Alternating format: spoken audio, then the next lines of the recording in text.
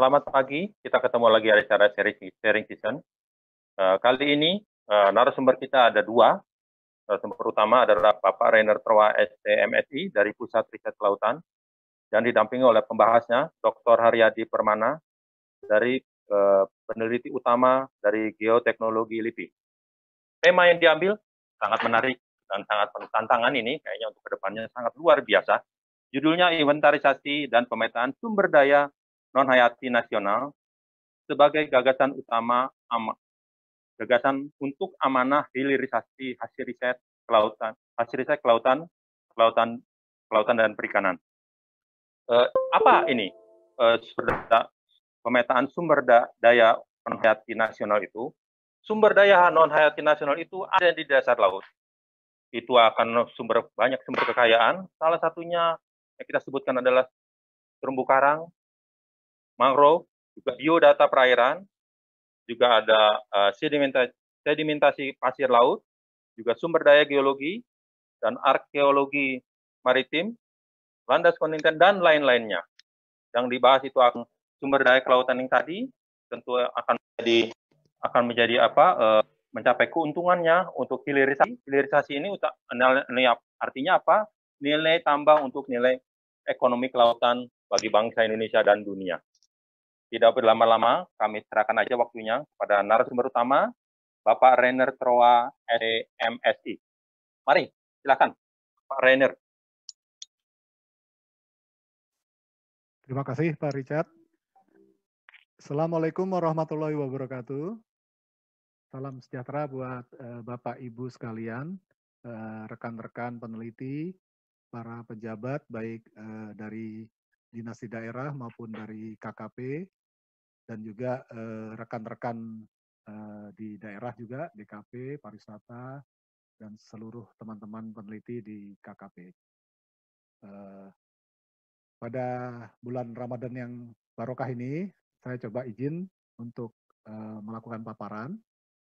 Kebetulan paparan kami ini adalah sebuah hal visi pandangan sisi lain gitu, dan selain perikanan di KKP pun ada kelautan. Saya izin share ya, Pak.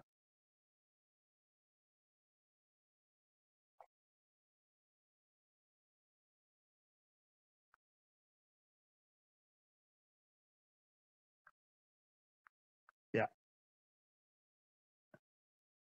Jadi judul kami ini adalah inventarisasi sumber daya hayati laut nasional.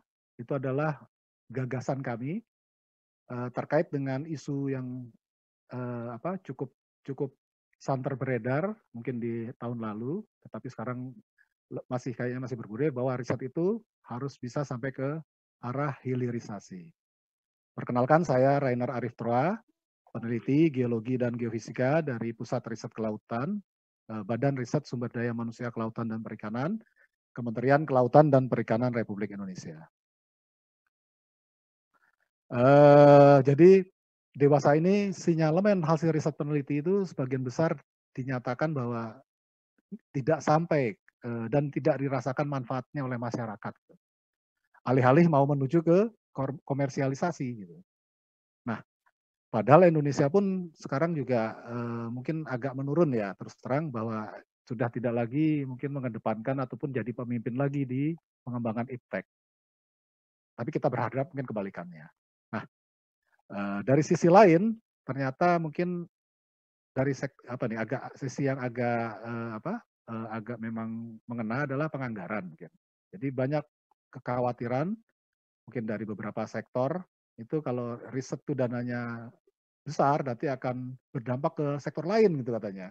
Jadi mungkin bahasa Ramadannya tuh nanti menghindari hasil yang mubazir katanya. Riset itu nanti bisa mubazir. Nah, di satu sisi juga semangat melakukan riset ternyata dari otokritik peneliti itu belum maksimal gitu. Nah, untuk itu kami berangkat dari adanya suatu model konseptual nih dari peneliti yang dia publish di ResearchGate. Jadi artinya ada sebuah konsep sustainable management yang whole stories mulai dari hulu sampai ke hilir gitu. Ini dari substansinya. Ada daratan, pantai, dan kolom air. Nah, isi di dalam mulai dari pantai sampai kolom air hingga laut dalam inilah isi yang harus kita cita-citakan, kita inventarisasi. Tentunya ini pekerjaan besar untuk berbagai sektor dan tantangan besar gitu. Jadi bukan hanya di KKP. Nah, ini yang yang menjadi pemikiran kami gitu untuk melakukan presentasi ini. Nah, apa sih hilirisasi hasil riset itu?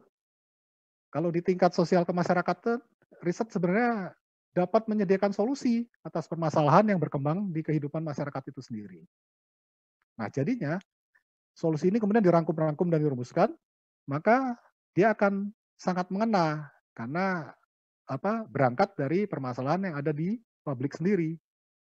Artinya nanti kebijakan yang diangkat oleh pemerintah ataupun dalam ini pemangku kepentingan akan sangat mengena, terutama di wilayahnya gitu. Nah, itulah makanya gagasan kami. Kami coba bahwa hasil riset kami bisa dihilirisasi hingga kita bisa berkontribusi juga untuk KKP di sisi kebijakan. Nah, ini berangkat dari Bapak Kepala Badan. Beliau pada tahun 2018 mengumumkan adanya Science and Innovation Business Matching, Pak Profesor Sarip. Nah, namun demikian saya tekankan di situ memang inilah otokritik buat peneliti kelautan. Artinya apa? Memang hasil riset kelautan tuh kalau istilah orang arkeologi itu intangible. Jadi tak kelihatan gitu kan. Nah, kalau yang dipaparkan yang dipampangkan adalah hasil riset produk perikanan dan memang produknya kelihatan gitu, ikan kan. Nah, ini menjadi tantangan kita gitu. Bagaimana dengan kelautan kan?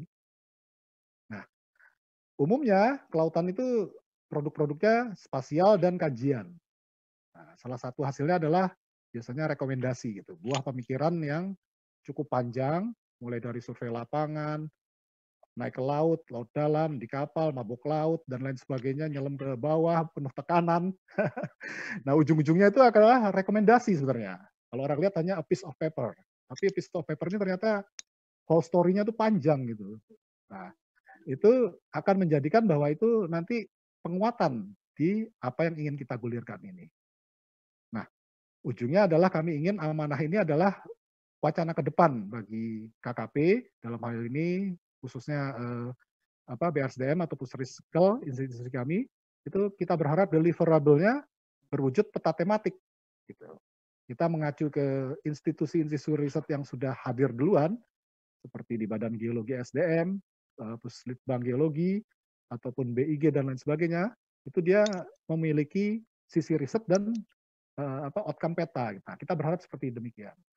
Nah, diharapkan juga peta kami pun bisa multifungsi gitu. Nantinya bisa mendukung kebijakan pengelolaan, pemanfaatan ruang laut, ataupun juga secara kami sendiri adalah bisa secara institusi riset bisa jadi produk peta tematik yang isinya itu penguatan justifikasi ilmiah, ya akhirnya ujungnya mendukung juga Direktorat Jenderal Teknis yang memiliki peta kawasan laut atau perairan yang sudah ada sebelumnya.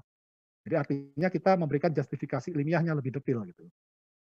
Nah, akhirnya bagi peneliti kita sendiri, kami sendiri, tentunya ini sangat menolong. Dengan kegiatan ini kita banyak data, dan tidak hanya harus jadi peta, kita pun bisa mengolahnya lebih lanjut untuk kita angkat nih dambaan peneliti bahwa kita bisa muncul di peer review journals.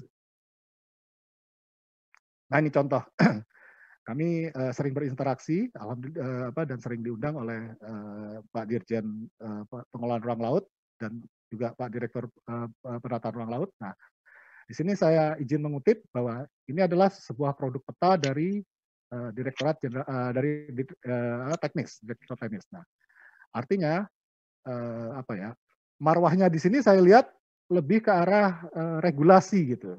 Jadi garis-garis dan regulasi. Nah, kita nggak tahu apa garis-garis ini ternyata memotong situs di bawah laut, ya kan? Atau ternyata garis-garis ini di garis yang dikonservasi ternyata ada emasnya di bawah laut. Nah, itu yang tantangan di sisi kami gitu. Nah, ini salah satu saya tunjukkan produk dari kami. Ini yang kita sebarkan ke Dirjen Teknis, kementerian lain gitu, mitra kami gitu. Bahwa kita menghasilkan policy brief gitu. dengan berbagai kekurangan dan kelebihan dan kekurangan di pusat kami gitu kan. Jadi kita bisa alhamdulillah menghasilkan ini, dan ini mungkin mudah-mudahan bisa sebagai data masukan untuk kegiatan kemudian gitu. Seperti contohnya di LKI ada tim nasional, nah dari Kemenko Maritim memperjuangkan kita mendapatkan submisi, ya mungkin mereka butuh basis data dari kementerian dan lembaga yang lainnya. Nah ini dambaan peneliti, alhamdulillah berkat kami berkolaborasi internasional dan rekan-rekan kami pun rajin untuk menulis. Nah kami pun bisa masuk gitu di jurnal-jurnal yang cukup disegani. Nah artinya dengan kami menulis ini pun kami akan nanti berpikir bahwa hal ini bisa menjadi data penguatan gitu untuk peta ini ke depannya gitu. Ini courtesy buat rekan-rekan kami dari FIO Tiongkok. Nah, apa sih tujuannya? Tujuan kami itu ingin memberikan sumbangsi saran gitu dan pemikiran, karena peneliti itu tugasnya mikir aja gitu, mulai dari rambut hitam sampai putih sekarang nih. Nah, artinya kami ingin turut memberikan sumbangsi ke arah transformasi yang sekarang sedang gonjang-ganjing di kelembagaan riset nasional. Belum lagi tuntutan untuk menuju ke hilir itu. Nah, di sini kami ingin menunjukkan bahwa ternyata peran riset itu diharapkan cukup berat gitu, lebih berat dari tugasnya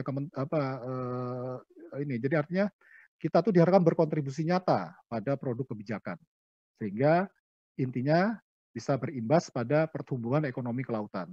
Kita anggap sebagai sebuah tantangan gitu. Nah, akhirnya peran aktif Badan Riset itu kita akan ingin tonjolkan bahwa kita akan mempelopori atau mengajukan untuk melakukan riset inventarisasi SDNAL. Tentunya dengan kekurangan dan kelebihan kita lakukan secara kolaboratif. Nah, kenapa kolaboratif? Experience kami cukup lama nih, dari 2002, malang melintang di laut. Jadi dulu malah hampir jarang di darat gitu. Nah, artinya mulai dari era dengan Australia, dengan Jerman, itu dalam kerangka hydrothermal, berarti sumber daya non hayati minerals, itu KKP pun lead malah di sana gitu. Terus adanya tsunami dulu, kita mengambil data sea coast di barat Sumatera. Terus Amerika pun akhirnya tertarik masuk di Sangiheta Laut. Dia membawa ROV dengan high definition kameranya, dia merekam semua data bawah lautnya, dan kita menemukan adanya chimney atau cerobong bawah laut yang dulu geolog-geolog bilang tuh nggak mungkin terjadi di Indonesia. Gitu. Biasanya di pemekaran, tapi ternyata di subduction ada. Gitu. Nah ini salah satu outcome-nya kan. Nah di samping salut dengan tim landas kontinen yang tetap continue dari berbagai kementerian dan TNI AL, jadi dari Kemlu, Pusidrosal, BIG, LIPI, BPPD, KSDM, kita sendiri KKP sangat aktif gitu. Nah, kami pun juga pernah ngelit sendiri gitu dengan Bentik Cruise tadi yang kita bisa masuk di internasional dengan FIO. Dan satu lagi terakhir kolaborasi dengan tim LIPI, sekarang Geoteknologi LIPI itu di acara Mirage Cruise kami diundang untuk ikut berpartisipasi dalam seismic survey. Nah ini beberapa visualisasi, artinya inilah yang tadinya ini cerobong chimney bawah laut yang tadinya kita tidak nyangka ada di kedalaman 2000, sangat dalam 2 kilo kolom air, itu kita punya cikal bakal, ini sebenarnya cikal bakal mineral dasar laut yang masih aktif. Nah mungkin ini nanti akan kita ajukan jadi konservasi konservasi laut dalam. Nah ini minerals, ini yang sekarang di darat itu potensi-potensinya cukup besar, tapi ternyata di bawah laut kita ada. Nah, apa sih sumber daya non hayati itu? Nah, saya sih dengan membaginya sebenarnya yang simpel aja dulu karena audiensnya kan dari berbagai kalangan. Jadi saya bagi georesources itu adalah yang berbasis sumber daya geologi. Itu cakupannya cukup luas, intinya dia abiotik, mulai dari laut dangkal, shallow, sampai dengan deep sea dan subsurface seabed. Nah, dia merupakan akumulasi dari ribuan hingga jutaan tahun yang lampau. Nah, apa sih contohnya? Nah, contohnya penemuan kami.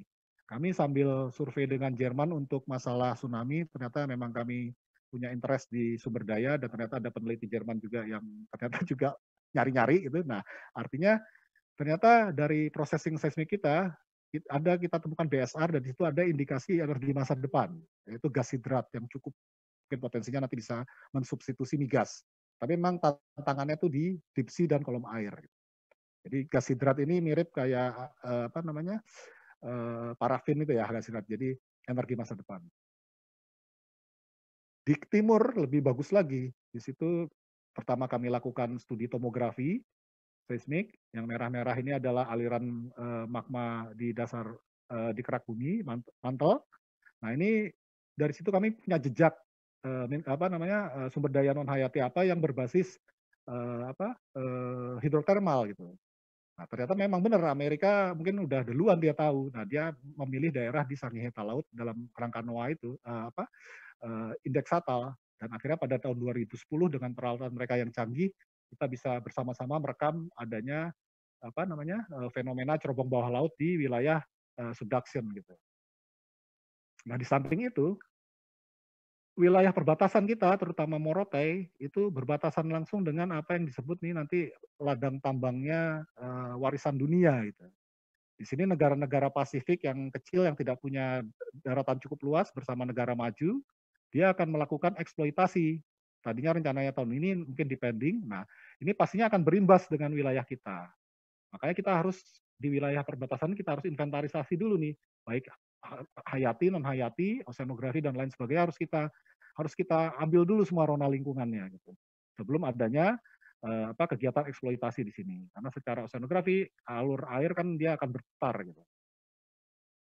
Nah, ini beberapa visualisasi dari gambaran bawah laut dari dekat. Di sini ada beberapa mineral-mineral yang memang nantinya kalau ini sudah tidak aktif dan dalam proses geologi dia akan menjadi mungkin yang dinamakan tambang bawah laut gitu.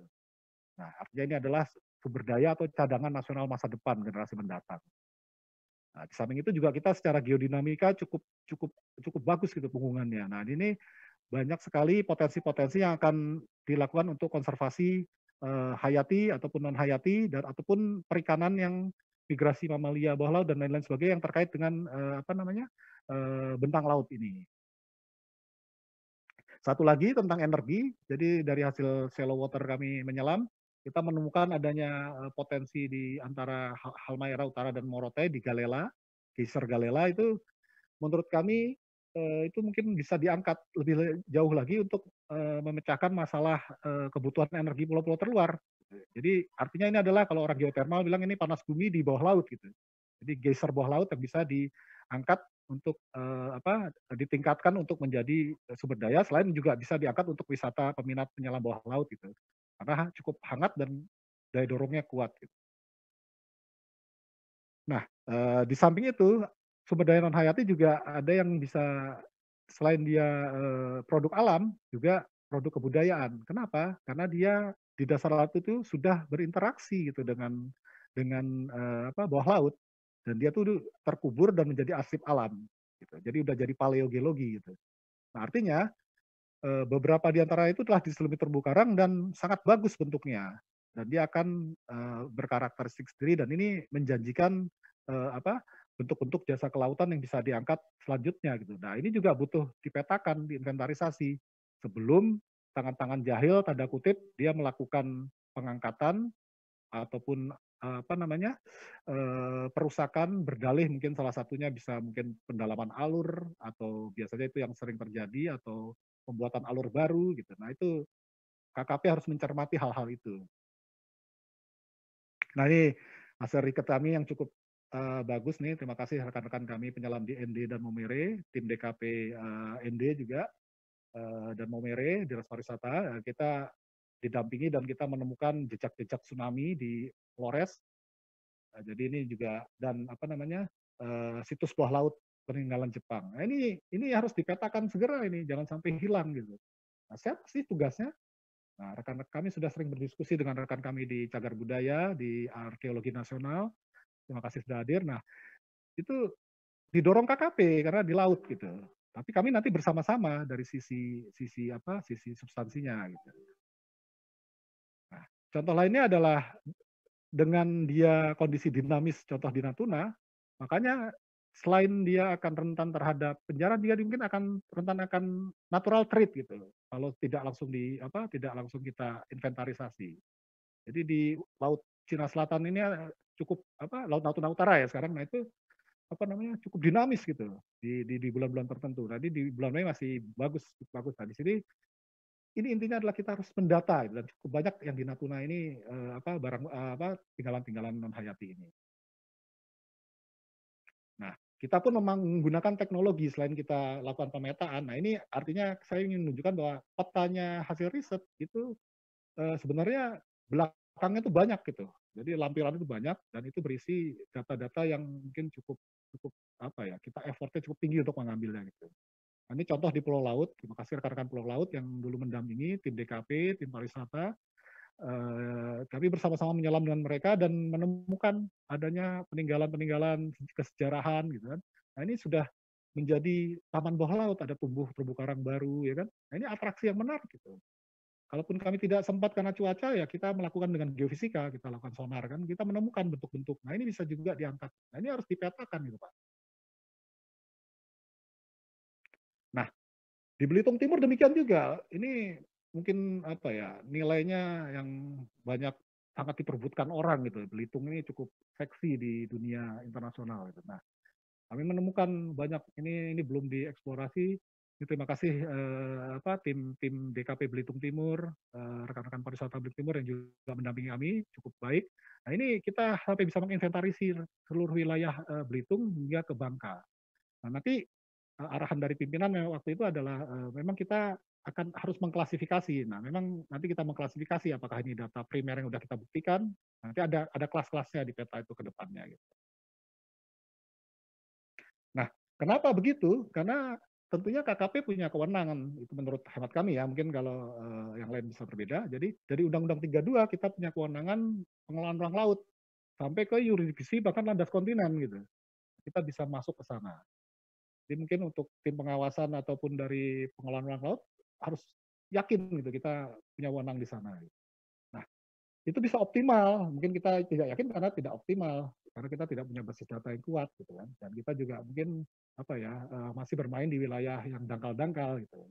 Nah, di sini kita ingin memacu gitu. Nah, akhirnya apalah kita harap ada sinergitas program gitu dan kegiatan di lingkup KKP. Dalam era transformasi ini sebaiknya kita jangan melupakan laut yang benar-benar laut gitu. Jadi laut itu hampir 2/3 wilayah kita dan kita jangan lupakan itu dan banyak yang masuk kalau kita tidak melakukan inventarisasi. Nah tentu kita tidak kuat, maka kita harus keroyokan gitu. Nah kita harus ajak galang kolaborasi dengan berbagai sektor maritim, tidak hanya institusi riset, itu institusi lainnya yang kebijakan lainnya yang bermain di kelautan gitu. Kenapa? Karena kita semua tuh punya dasar gitu kan. Mungkin masing-masing kementerian yang mau amanah di laut juga ada dasar hukumnya gitu. Nah, salah satunya yang bisa kita acu bersama adalah dari yang dikeluarkan oleh kebijakan kelautan Indonesia gitu, dari Kemenko Maritim. Nah itu bisa kita ajukan selain visi misi KKP juga tentang kebijakan kelautan juga undang-undang tadi yang mengacu di KKP. Nah apa sih yang bisa Pusris atau kami KKP lakukan? Kita tidak harus berangkat dari nol gitu. Rekan-rekan sahabat-sahabat kita di institusi luar, dari BIG, dari Kementerian SDM, dari Pusat Survei Geologi, dari Pusat Penelitian Geologi Kelautan, dari LIPI, Geoteknologi Laut Dalam, dari BPPT, dari Pusidros, terutama tetangga kami di Ancol. Nah ini cukup mendorong kami gitu kalau dalam kancah-kancah itu. Jadi di laut itu tidak ada yang saling menyinggung sebenarnya. Kita saling melengkapi gitu. Jadi karena laut itu cukup luas dan interest berbeda-beda. Nah, akhirnya ketika kita merasa saling melengkapi, tentunya itu akan terkumpul semua data. Nah, nanti baru kita bisa lihat mana yang kita ambil, mana yang bisa dilanjutkan oleh tim atau kementerian yang lain. Nah, ini yang jadi pertanyaan tadi, apakah itu tadi sudah mencukupi kan? Nah, tentunya ini dijawab oleh KKP adalah ini sebagai peluang dan tantangan yang harus diambil segera gitu. Nah, kenapa? Karena kita digadang-gadang punya misi 3 misi yang cukup kuat ini ya, dari kedaulatan, keberlanjutan hingga kesejahteraan. Tapi apa actionnya? Nah, ini harus segera kita lakukan. Untuk action kita harus punya peta supaya kita tidak salah melangkah. Nah, peluangnya tentu yang tadi saya bilang, luas Indonesia itu cukup luas dan tentunya di laut itu tidak hanya kolom air, juga ada dasar laut dan itu mengandung sumber daya non hayati laut yang tadi saya bilang tadi. Nah, itu tentunya kita harus inventarisasi segera. Terutama kalau di KKP kita punya sistem WPP, wilayah pengolahan perikanan, itu kita bisa bersinergi dengan rekan-rekan perikanan, mereka menyapu hayatinya, kita non hayatinya. Jadi artinya bisa sinergi juga di dalam BSDM gitu. Nah, nanti data yang dipublikasi oleh luar kita kolaborasi, kita minta izin atau kita tindak lanjuti untuk kita lakukan penguatan di data primer. Ini mudah-mudahan sejalan dengan One Map Policy ataupun program IGT dari lembaga yang menggawanginya dari BIG. Nah, ini kita harap ke arah sana gitu, nanti bisa diarahkan. Nah, mungkin tahapan awal kita mencoba melakukan peta tematik bersistem. Ini saya pakai istilahnya teman-teman di geologi. Jadi peta tematik bersistem, jadi kayak peta geologi semasa kami mahasiswa itu gitu bahasanya. Nah, itu adalah sumber daya non hayati laut. Nah, ini lihat yang laut saya bilang luas itu, tidak hanya di dangkal gitu, dia mulai dari teritorial, terus ada zona tambahan, ada zona ekonomi eksklusif kolom air, ada landas kontinen milik kita sendiri. Itu pun belum cukup kuat, belum cukup puas kita. Rekan-rekan kami di Kemenkomar dan tim nasional kami bersama teman-teman itu kita akan memperjuangkan lagi yang namanya landas kontinen Indonesia yang diperluas gitu. Jadi lebih luas dari itu. Kemarin di utara Papua sedang diperjuangkan dan kita sudah mendapatkan di barat Sumatera. Nah, akhirnya apa? Akhirnya produk peta kita nanti seperti apa sih gambarannya? Nah, ini saya contoh riset kami di Belitung Timur, walaupun masih cukup sederhana, mungkin kami akan coba dulu. Mudah-mudahan ini bisa memperkuat apa yang dilakukan teman-teman PPGL atau Badan Geologi. Artinya kita masih coba bikin peta morfologi dasar laut. Mungkin semacam itu dulu. Nah, nanti isinya itu bisa apa yang ada, fitur-fitur apa yang ada di dalamnya, termasuk tadi fitur-fitur archaeoresources tadi.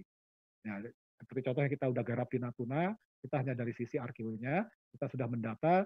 Nah, mungkin ini yang nanti akan kita tindak lanjuti di tahap awal. Selain data-data oceanografi modeling dari rekan-rekan oceanografi maupun dari marine biology, kita akan juga masuk ke sana.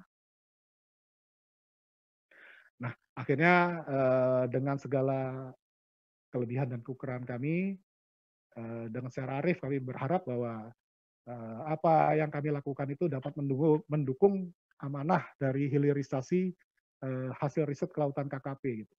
Artinya kami punya basis data yang cukup lengkap, data modeling yang juga cukup piawai dari teman-teman kami oceanografi, data-data marine biologi yang cukup lengkap, kualitas air dan lain sebagainya. Ini harusnya kita tampung bersama dan ada integrator yang akan melakukan plotting ke peta. Gitu. Artinya ini yang saya bilang penguatan. Jadi karena kita ingin bersinggungan, kita tidak ingin bersinggungan dengan cagar budaya, dengan arkeologi, dengan geologi, dengan laut, geologi laut, dengan BPPT, dengan yang lainnya teman-teman kami BIG dan lain sebagainya. Tapi justru di tingkat tataran kita bertemu mereka malah kita saling mendorong gitu, dan itu adalah nanti memperkuat gitu. Ada yang bagian peta dasar, ada yang mengisi gitu. Nah, mungkin kita harap seperti itu dari kacamata kami sebagai peneliti. Nah, di tingkat institusi kita berharap ini bisa continue gitu dilakukan sehingga peneliti pun bisa mengumpulkan data yang cukup bagus gitu. Nah, ditargetkan nanti hasil kajian dan analisisnya itu minimal dapat mewakili gambaran kondisi sumber daya kelautan Indonesia. Nah, tentunya kami sarankan ya untuk optimalisasi ataupun efisiensi kita lakukan di WPP yang memang mungkin cukup penting gitu. Nah, ini kita butuh ngobrol banyak dengan dirjen teknis, tentunya di internal KKP ataupun dengan sesama peneliti di perikanan ataupun dengan berbagai sektor lainnya. Di sini kita harus sama-sama urun rembuk dan duduk bersama. Nah, akhirnya inilah ujungnya peneliti itu kita tidak bisa sendirian gitu. You are not walk alone kan, kayak Liverpool. Nah, artinya apa? Why do we need research cooperation? Nah, ini kita punya SWOT-nya dan memang KKP walaupun kami sebenarnya kecil tapi besar gitu ya, dan kita tidak punya kapal tapi sering ikut kapal gitu. Nah, itu tantangan ke depan. Nah, kita punya experience cukup bagus, kita juga diakui. Nah, itu tantangannya wewenang KKP cukup besar, tentunya otokritik ke dalam SDM-nya pun harus pede dan melangkah gitu, jelas gitu ke sana, terutama peneliti.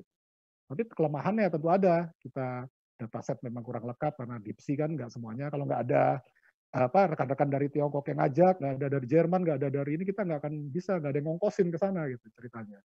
Kembali ke tadi yang tadi itu.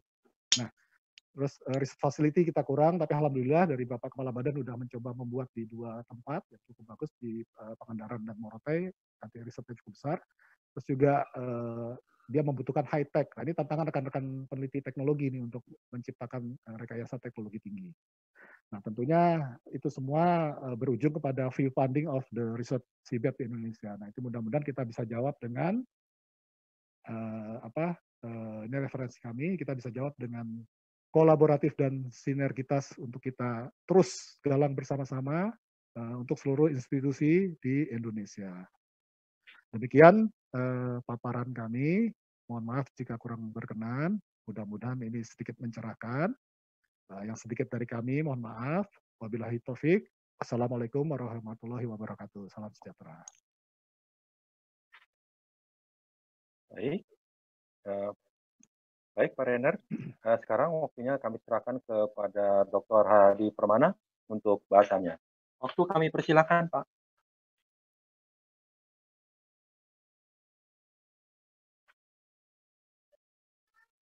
Selamat juga ini di waktu-waktu sedang Ramadan dan WFH.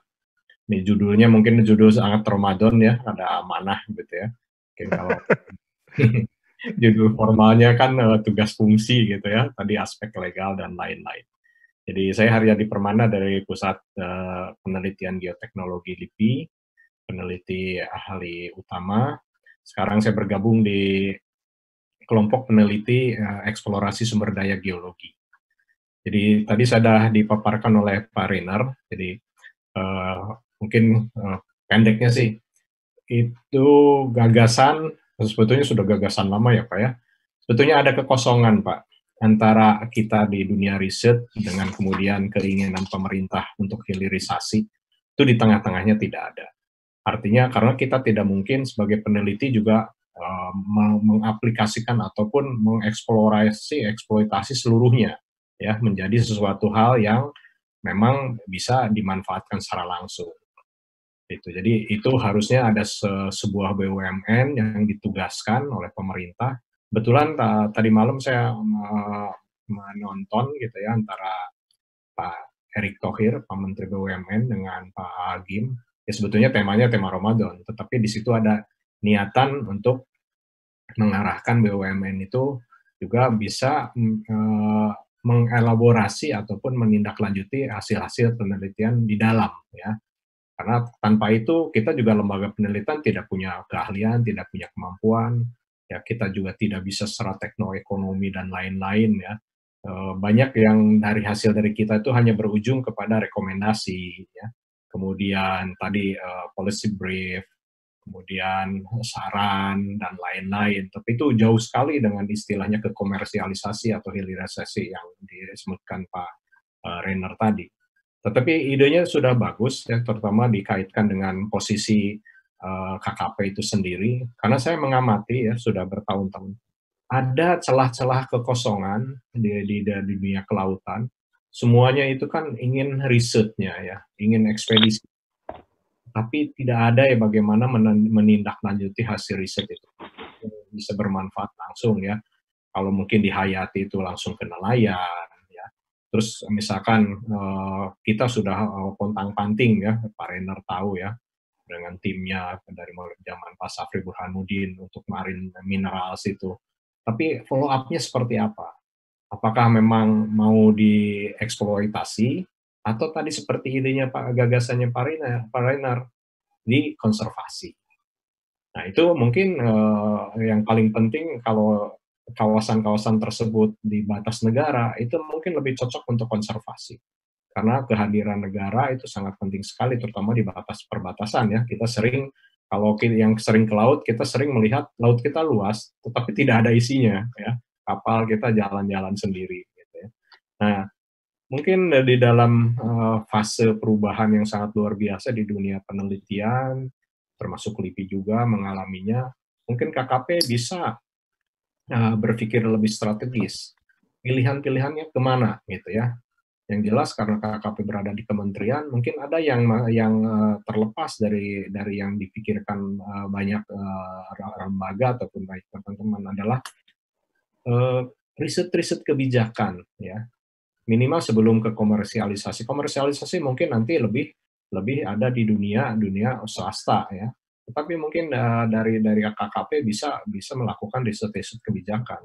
Jadi tadi ada policy brief, ya, kemudian rekomendasi, mungkin ada prosedur kerja, SOP, SNI, dan lain-lain yang bisa mengantar atau bisa mengarahkan bagaimana para pelaku di kelautan itu bekerja, ya, tanpa harus merusak dan lain-lain, ya.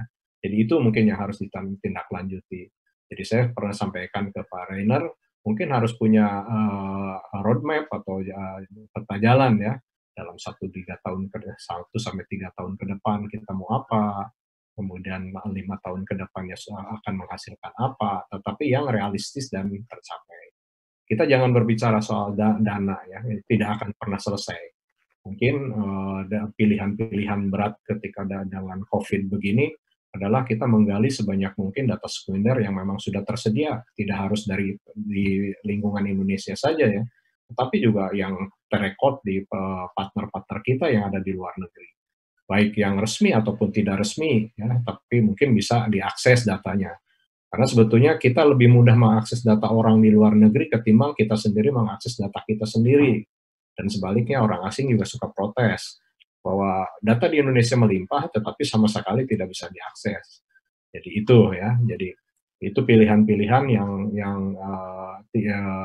harus kita memilihnya di dalam kondisi-kondisi COVID dan lain-lain. Pasti saya yakin, ya, dana riset itu pasti akan terpotong banyak untuk tahun-tahun sekarang, mungkin sampai 2021, 2020, 2021, dan lain-lain.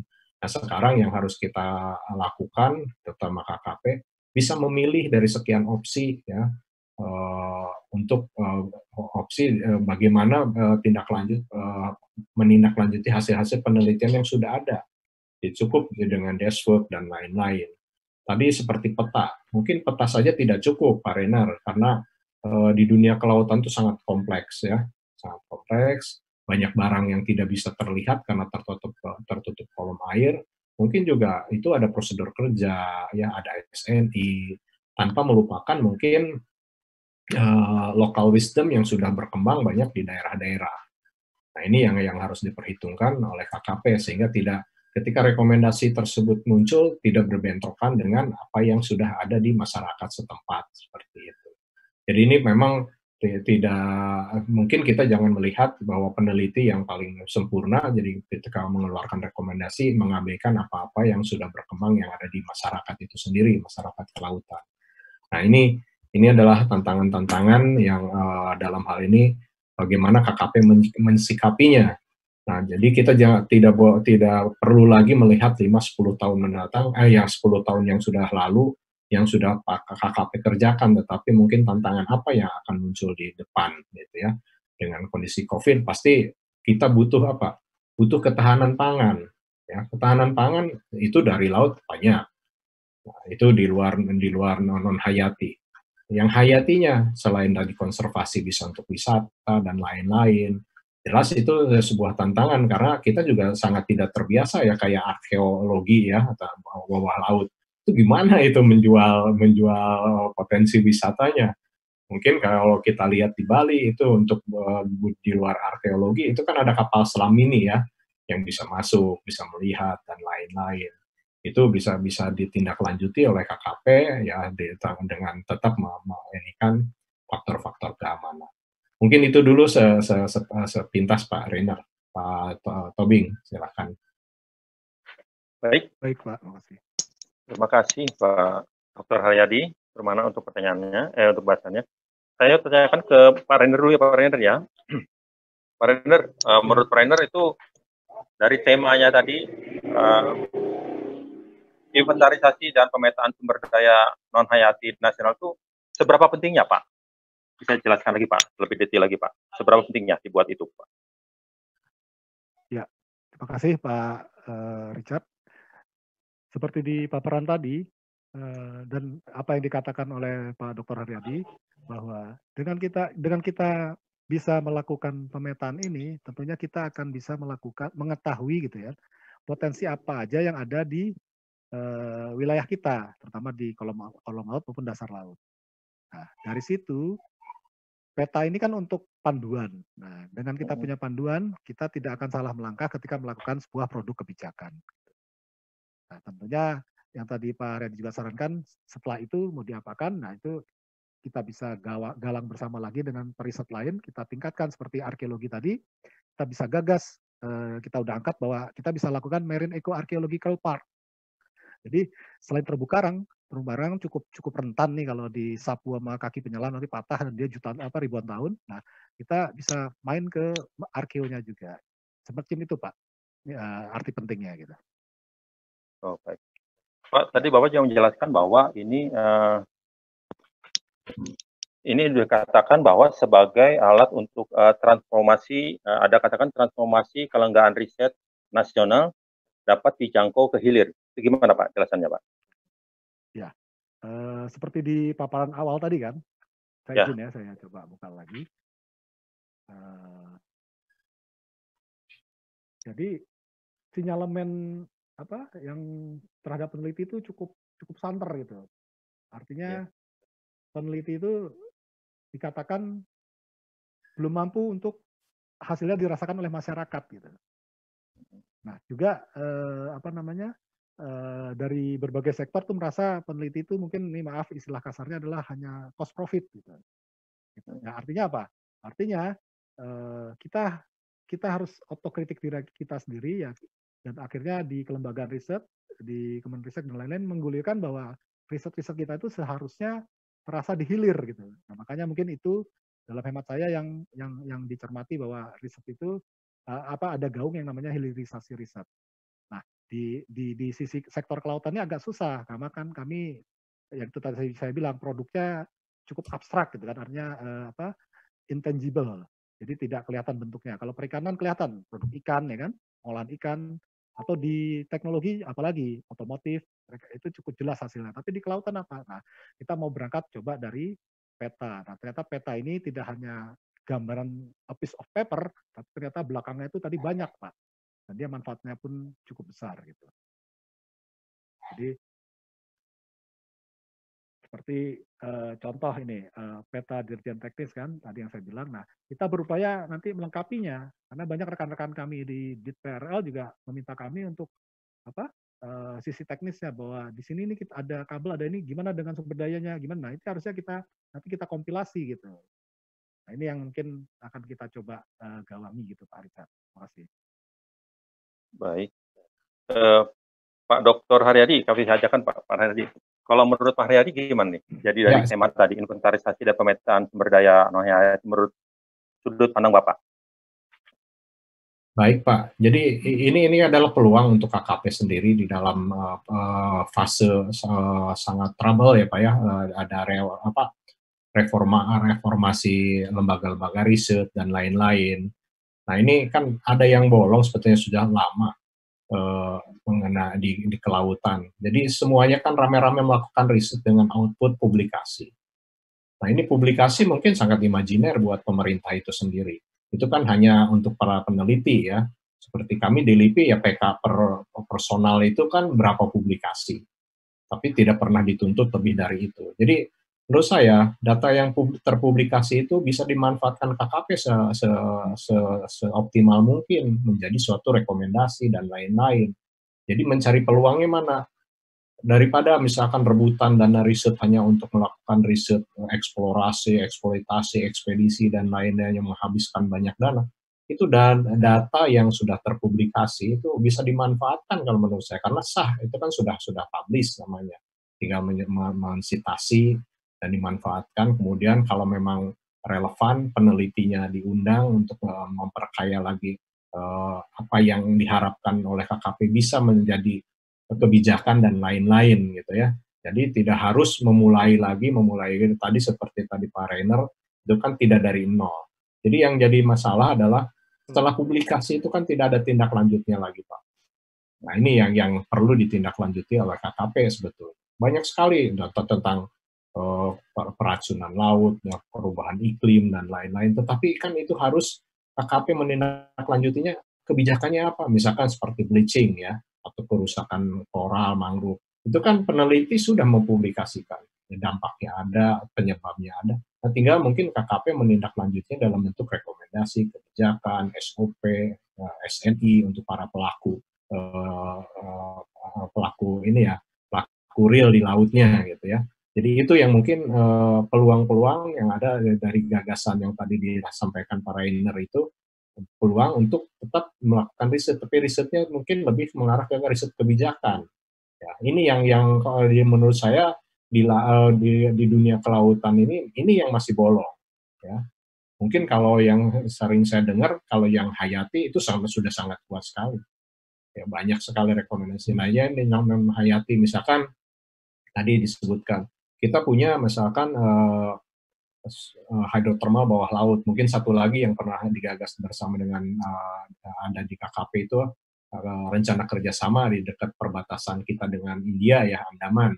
Nah itu juga bisa dilakukan risetnya, tapi setelah itu mungkin karena dia ada di perbatasan untuk menjaga, mengkonservasi, itu dijadikan saja jadi cagar budaya ya, cagar budaya. Jadi kita bisa melakukan penelitian, kemudian ekspedisi dan lain-lain. Tapi untuk KKP sendiri itu adalah bagaimana menjaga kawasan tersebut tetap terjaga dari kerusakan lingkungan.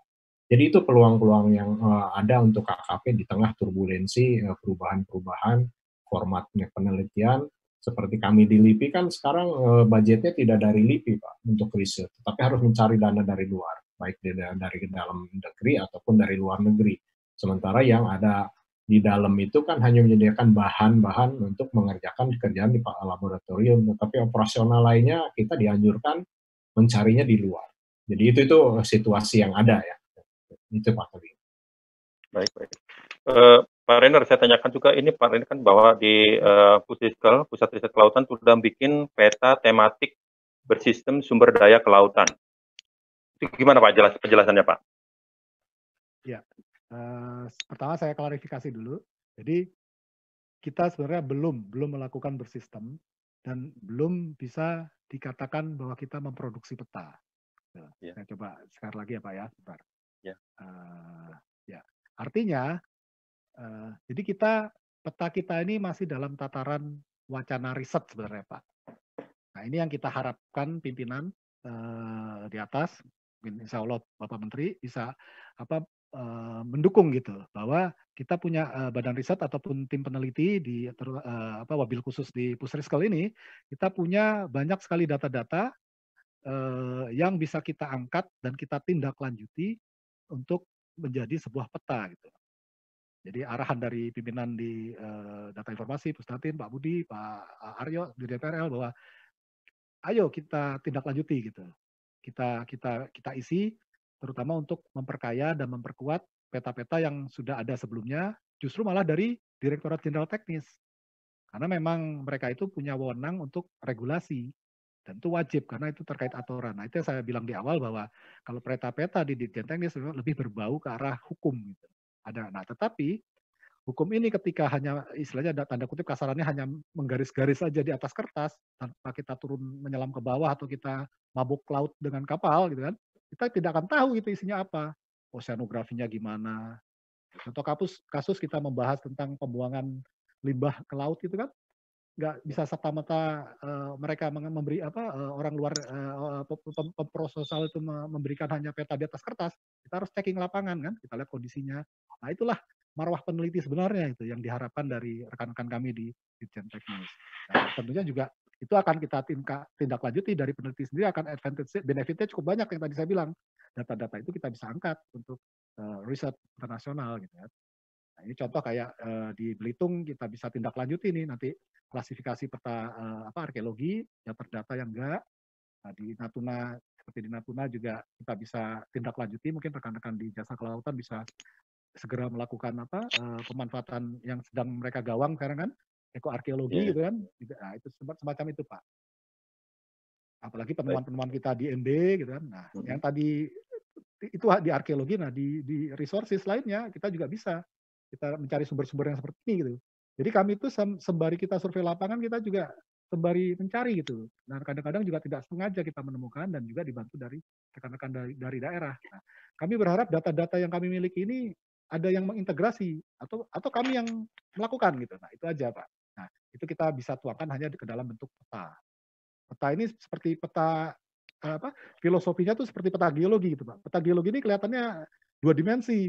Padahal sebenarnya kalau kita pandang dia itu 3 dimensi, Pak. Dalamnya tuh dengan di atas kertas kita tahu bawahnya apa gitu. Karena di situ ada penampangnya, ada keterangan peta, ada legenda, ada klasifikasinya gitu. Demikian, Pak.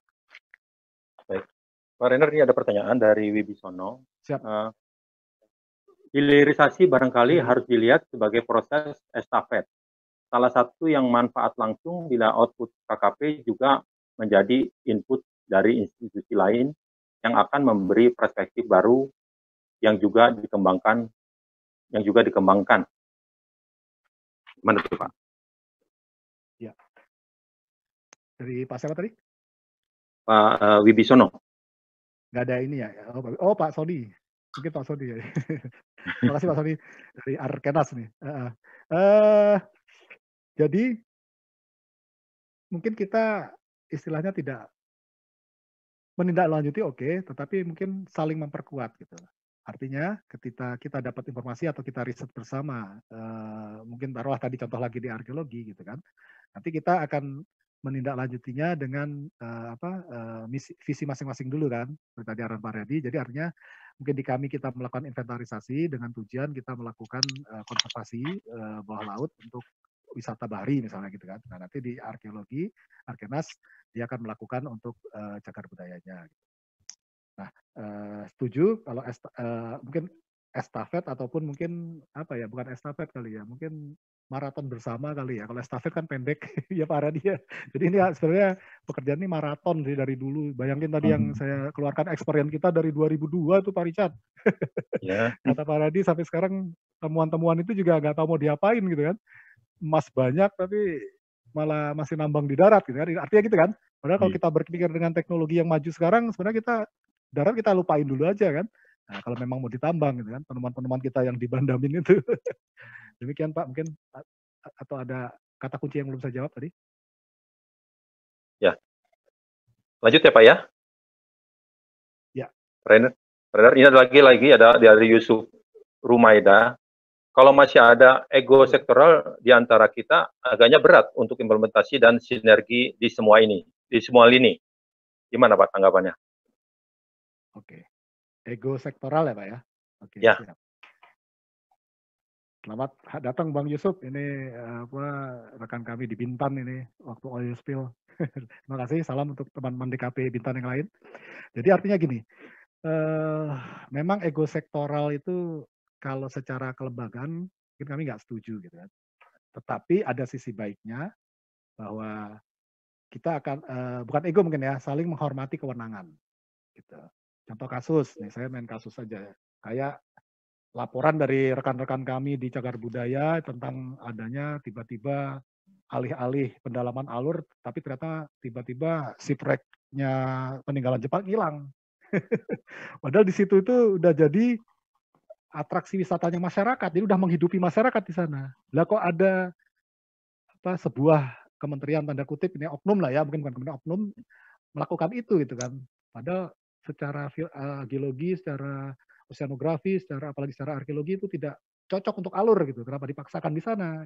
Nah seharusnya mereka istilahnya berkoordinasi dulu dengan KKP, nanti KKP bersinergi dengan rekan kami di BPCB, dengan kami di Arkenas, dengan kami di balai-balai yang ada di sana membawa itu dengan balai-balainya BPCB itu akan kita buka. Ada apa sih di sana? Saling buka peta gitu. Petamu kemana? Petaku kemana? Nah, punya riset KKP di sini nih. Teman-teman kami oceanografi akan ngasih tahu kalau kamu udah alur di sini ya ketimbun lagi sedimennya kan. Buat apa? Nah, kayak gitu Pak. Jadi sebenarnya ego sektoral kita agak setuju, tapi kita harus saling memahami kewenangan masing-masing dan menghormati. Nah, menurut kami yang bisa istilahnya mengademkan ini adalah riset. Karena kami tidak punya interest apa-apa, kami ngomongnya bahasa ilmiah gitu. Dengan bukti-bukti yang ada. Demikian, Pak. Oke. Ini juga selanjutnya ada dari Rahmadi Aziz. Ini saran Pak. Hasil riset riset terkait dengan pemetaan sumber daya non-hayati sebaiknya dapat disampaikan ataupun disosialisasikan ke masyarakat melalui tenaga pendamping atau penyuluh. Gimana, Pak? Ya. Terima kasih rekan-rekan penyuluh. Ini saya salut dengan penyuluh karena dia garda terdepannya KKP ini. Ya, terima kasih sarannya. Nah, itulah mohon kami didukung di tim riset ya. Mungkin Bapak rekan-rekan kami di penyuluh di daerah mungkin bisa menyuarakan lebih ke atas lagi gitu. Jangan ke kami. Kalau ke kami ya, tapi nggak ada actionnya gitu kan. Mungkin ke pimpinan langsung gitu kan, bahwa ternyata penyuluh itu membutuhkan data hasil riset, apalagi peta, apalagi produk peta kalau memang kami diamanahi nanti. Nah, tentunya kalau udah menjadi produk peta ataupun produk ilmiah yang dipublish, kita akan dengan senang hati kita mempublish gitu. Tapi memang dari sisi riset kami memang tidak hanya data-data saintis yang memang itu kita nggak boleh publish gitu, karena kita punya tanggung jawab moral. Ketika kita publish secara raw atau secara telanjang, nanti kan interpretasinya bisa bermacam-macam gitu. Jadi mungkin menurut peneliti dengan bahasa peneliti bahwa tsunami ini contoh dari bencana akan naik sekian, tetapi dari bahasa masyarakat, mereka langsung khawatir gitu kan. Nah, atau misalnya ada penemuan emas sekian ini tapi kita langsung publish, nah itu kita harus saring dulu kan. Jadi artinya itulah gunanya peta berbasis riset, Pak. Mungkin kita akan infokan ketika sudah dipublish. Itu kita sangat akan senang sekali. Mungkin Pak Haryadi bisa menambahkan? Soal pemanfaatan ya Pak ya? Ya, hasil riset terkait dengan pemetaan sumber daya non-hayati sebaiknya dapat disampaikan ataupun disosialisasikan ke masyarakat melalui tenaga pendamping atau penyuluh. Mungkin ke Bapak buat non-hayati dan hayati juga kali, Pak. Silakan, Pak. Betul. Mungkin kalau KKP punya ya itunya tenaga penyuluh itu yang tidak dimiliki seperti di tempat kami di LIPI ya. Jadi kami memang makanya kami juga berkolaborasi dengan KKP dan lain-lain karena saya yakin KKP itu bisa menindaklanjutinya sampai hilir. Sedangkan kami di LIPI kan terbatas hanya kepada riset ya, publikasi dan lain-lain ya, saran kebijakan, tapi itu juga bisa dilakukan untuk hal-hal tertentu tapi tidak semuanya. Saya setuju dengan istilah tadi disosialisasikan, tinggal di segmen-segmen, dipilah-pilah, mana yang memang cocok, mana yang tidak gitu. Ada yang terlalu ruwet itu ya urusan peneliti lah, tetapi hal-hal yang bisa diimplementasikan langsung oleh masyarakat luas itu mungkin yang bisa ditindaklanjuti disampaikan ke masyarakat, misalkan masalah bagaimana konservasi karang dan lain-lain yang sering kita dengar itu adalah hal-hal yang praktis yang mungkin bisa disampaikan. Tetapi bagaimana memproteksi kawasan yang di laut agak dalam itu adalah tanggung jawab dari pusat gitu. Itu mungkin yang bisa sebagian saya sampaikan. Ya, saya lanjutkan ya Pak. Ya. Pak Rainer. Siap. Ya, kita lanjut. Ini ada pertanyaan saran dari Pak Rahmadi Aziz. Kalau bisa data-data hasil pemetaan sumber daya non-hayati dapat disampaikan ke masyarakat agar sumber daya non-hayati itu dapat dikelola dengan baik. Silakan Pak. Ya. Berarti ada saran lagi ya. Ya setuju. Terima kasih sarannya. Memang mungkin menurut kami KKP ini memang benar tadi saya baru teringat. Jadi ternyata KKP memang sudah sampai hilirisasi karena dengan adanya peran penyuluh gitu. Betul sekali Pak Haryadi. Nah, itu kalau sisi berbeda Pak Haryadi. Jadi artinya mungkin para peneliti ini ketika dia ada keinginan atau kemauan untuk melakukan itu mungkin sudah sangat mudah, dan itu ternyata digayung bersambut dengan para penyuluh diwakili oleh Pak Rahmadi Aziz gitu. Terima kasih Pak. Kita akan melakukan itu, dan kita juga kembali tadi saya mohon mungkin di lapangan juga mari dorong kita, bantu kita gitu, bahwa kami itu masih dibutuhkan gitu untuk kebijakan-kebijakan dari KKP gitu. Kasarannya begitu Pak. Jadi dengan adanya kebijakan pimpinan bahwa dia data riset itu cukup penting, ya mungkin kami akan bisa berbuat lebih banyak, atau data riset kebijakan lah. Terima kasih Pak. Baik. Ini lanjutnya dari Pak Harudin kali. Pak Harudin penyuluh perikanan Pak dari Kabupaten Lombok Timur. Apa urgensinya riset ini terhadap pelaku utama atau pelaku usaha kelautan dan perikanan Pak? Silakan. Ini bisnis Pak. Iya. Jadi apa urgensinya terhadap pelaku usaha ya? Ya. Nah, itu yang tadi saya bilang, kalau usaha perikanan jelas kan, artinya hasil-hasil inventor kalau di perikanan bukan inventarisasi tapi udah digagas itu juga di WPP, jadi pendataan ikan secara akustik. Nah itu untuk jumlah ikan ya. Tapi kalau di pelaku usaha ini, usahanya berarti usaha kelautan nih Pak, tanda kutip, artinya kelautan itu yang tadi saya bilang rata-rata non hayati. Nah, yang paling bisa cepat diangkat mungkin sektor jasa kelautan. Contoh kasus tadi yang banyak saya paparkan dari sisi archeo resources tadi. Gitu. Nah itu benda-benda yang dari rekan kami cagar budaya, artinya masih dalam tanda kutip diduga cagar budaya kalau istilah mereka, itu mungkin kita masih boleh lah untuk melakukan pemanfaatan. Tapi kalau yang sudah ada undang-undangnya, udah ada ini, mungkin kita harus berbesar hati, kita jangan lakukan itu gitu. Kita pindah ke yang lain. Kenapa? Karena kami memberi saran ke teman-teman kami di Kemdikbud cagar budaya bahwa jangan hanya didiamkan, tapi kita manfaatkan. Saya pernah paparkan bahwa sebuah negara kecil yaitu Palau, hanya dengan dia memajangkan sisa-sisa pesawat Jepang, ya mungkin masih lebih bagus yang di Indonesia gitu kan. Nah itu visiting turisnya cukup tinggi gitu. Dan itu ternyata jadi income utamanya mereka gitu. Itu baru satu kapal. Nah kalau Indonesia banyak kapal harusnya kita bisa lebih. Nah itu mungkin urgensi kita harus melakukan ini dari sisi pelaku bisnis kelautan. Kalau mungkin di sisi energi dan sumber daya mineral lebih-lebih lagi gitu. Tapi mungkin tadi kalau dari kami kelautan kita tidak masuk ke ranah sana karena ini udah ada tuan rumahnya di SDM. Nah, artinya kita hanya membantu mereka mana yang kira-kira kita. Jadi kadang-kadang kita ke laut kan bersama-sama, tetapi mungkin mereka lepas dari pengamatannya gitu. Jadi kami bersama teman kami di LIPI kita memberikan saran ke mereka gitu. Mana yang kira-kira bisa untuk dieksploitasi, tetapi mana yang kita harus konservasi. Jadi mungkin itu urgensinya menurut kami ya Pak ya. Terima kasih Pak. Baik, ini ada pertanyaan dari Nia. Apakah bisa nggak dibangun satu aplikasi atau data center untuk riset ini, Pak? Oke. Ibu Nia ya. Oke. Terima kasih pertanyaannya. Jadi itu justru cita-cita ke depan itu. Jadi artinya memang harus untuk punya peta itu harus ada data center. Dan ini memang di transformasi kebijakan ini para pimpinan sedang memikirkan dan sedang berupaya membangun ke arah sana gitu. Alhamdulillah gitu. Jadi artinya peneliti ini ya peneliti gitu. Jadi dia bisa tinggal di rumah manapun gitu.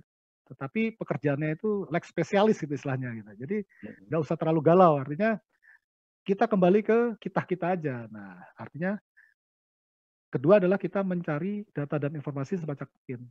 Nah, yang kita perlukan adalah kita menyuarakan kebutuhan untuk Sarpras. Nah, terutama dari terkait pertanyaan tadi, itu dengan kekuatan Sarpras kita ataupun kita punya server ya kan. Kalau semua datanya masih kita simpan di laptop sendiri buat apa? Ya kan? Kasihan juga jadi rekan-rekan lain yang mengakses gitu. Nah, artinya memang di kita sendiri secara otokritik lembagaan kita harus punya, apalagi lembaga riset. Dia harus punya kekuatan server yang kuat gitu kan, alat-alat yang canggih kan. Karena contoh kasus kalau kita menyelam kan kita ada maksimalnya kan. Nah, kalau kita punya ROV yang canggih kayak Amerika kan kita cukup di atas kapal aja yang kerja ROV-nya kan. Nah, itu dapat data yang lebih banyak. Jadi itu teman-teman teknologi juga bisa menyikapinya. Mungkin Pak Riyadi bisa nambahin atau Pak Riyadi senyum-senyum aja. Pak Riyadi bisa nggak menambahkan Pak Riyadi, apakah kalau di LIPI Pak Riyadi, apakah ada Ya, saya tertarik dengan data center ya, itu pembicaraan tidak pernah habis-habisnya ya. Ada satu sebetulnya yang tidak ada di Indonesia adalah kita pergi melakukan riset itu dengan uang negara. Tetapi setelah pulang, itu seolah-olah jadi milik kita, para peneliti. Jadi data tidak diberikan, segala macam, foto tidak diberikan, sehingga ketika negara membutuhkan, itu seolah-olah tidak pernah ada. Nah, itu ya bagaimana KKP bisa menggagas, misalkan seluruh kegiatan yang dibiayai oleh negara, itu adalah sebetulnya datanya milik negara. Jadi wajib disimpan di servernya KKP misalkan. Sehingga bayangkan kalau sekarang semuanya pensiun, itu kan hilang semuanya data dibawa pulang ke rumah. Jadi seolah-olah tidak pernah dikerjakan gitu ya. Gitu. Itu mungkin bisa kecil-kecilan, tidak harus dalam skala besar ya. Mungkin satu unit kerja dulu ya, mulai tahun ini kalau kita pergi dengan anggaran negara itu semuanya wajib menyetorkan seluruh data mentah ya. Harus ada di server, ada kodifikasinya, bisa dibuka dan lain-lain. Karena kita pergi itu kan dapat SPPD, walaupun mungkin sekarang tidak ada lagi uang perjalanannya, tapi bagaimanapun itu tuh bisa terjadi karena ada anggaran. Nah itu mungkin bisa digagas. Karena kalau tidak Pak, semuanya dibawa pulang ke rumah. Saya pensiun, Pak Render pensiun, dia sudah hilang semuanya, ada di rumah masing-masing, tidak ada di kantor. Jadi itu hanya saran, gambaran lah. Karena pembicaraan ini sebenarnya sudah 10-15 tahun yang lalu. Ya, bukan hanya di KKP masalahnya, tetapi kami juga di LIPI sama. Begitu cari data tahun 2006, ya kelabakan Pak. Itu aja Pak tambahan. Baik, ini ada pertanyaan lagi dari Ariandini Novita. Diperlukan kerjasama antar instansi atau pemangku kepentingan lainnya. Sebagai contoh, hasil penelitian Pusdiskal merupakan data untuk Puslit, Arkanas, dan Balar. Gimana Pak? Perlu kerjasama katanya Pak, dan kepentingan lainnya. Silakan Pak. Perlu. Kata kuncinya kerjasama ya Pak ya? Ya, dengan instansi lain. Ya, kayaknya saya kenal ini, sahabat saya di Balar Palembang nih, arkeolog juga. Ibu Vita, terima kasih sudah ikut. Jadi betul, riset itu kuncinya adalah yang tadi di slide saya terakhir, kolaborasi dan sinergiti. Gitu. Jadi artinya jangan sampai ini ditinggalkan gitu, karena tadi laut itu cukup luas, ya kan, dan kita punya kamar masing-masing sebenarnya kalau bahasa ininya, tetapi di kamar masing-masing itu nggak semua yang bisa kita lihat kan. Nah, kadang-kadang teman-teman lain yang ngintip malah dia yang tahu isi yang banyak gitu. Mungkin bahasa analoginya gitu. Jadi artinya kami sangat setuju dengan apa yang Ibu Vivi bilang, bahwa tentunya dengan kolaborasi dan sinergitas yang paling susah adalah biasanya ada rasa keengganan untuk sharing data. Nah, itu yang memang kita harus melakukan pendekatan-pendekatan, dan alhamdulillah sih tim kami melakukannya dengan lapangan, gitu, pendekatan lapangan. Ya, artinya kita dengan di lapangan kita tahu gitu bagaimananya. Ya, artinya alhamdulillah kita tindak lanjutinya, dan kita bisa saling berkolaborasi terus, terutama dengan arkeologi nasional kita seiring sejalan terus gitu. Demikian. Baik. Ada yang kurang tadi pertanyaan Pak? Ya.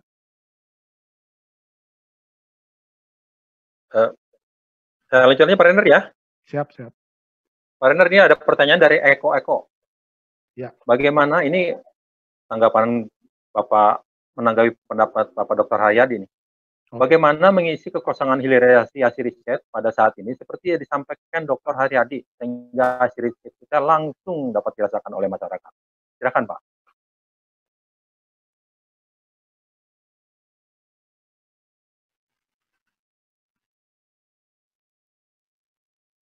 Halo?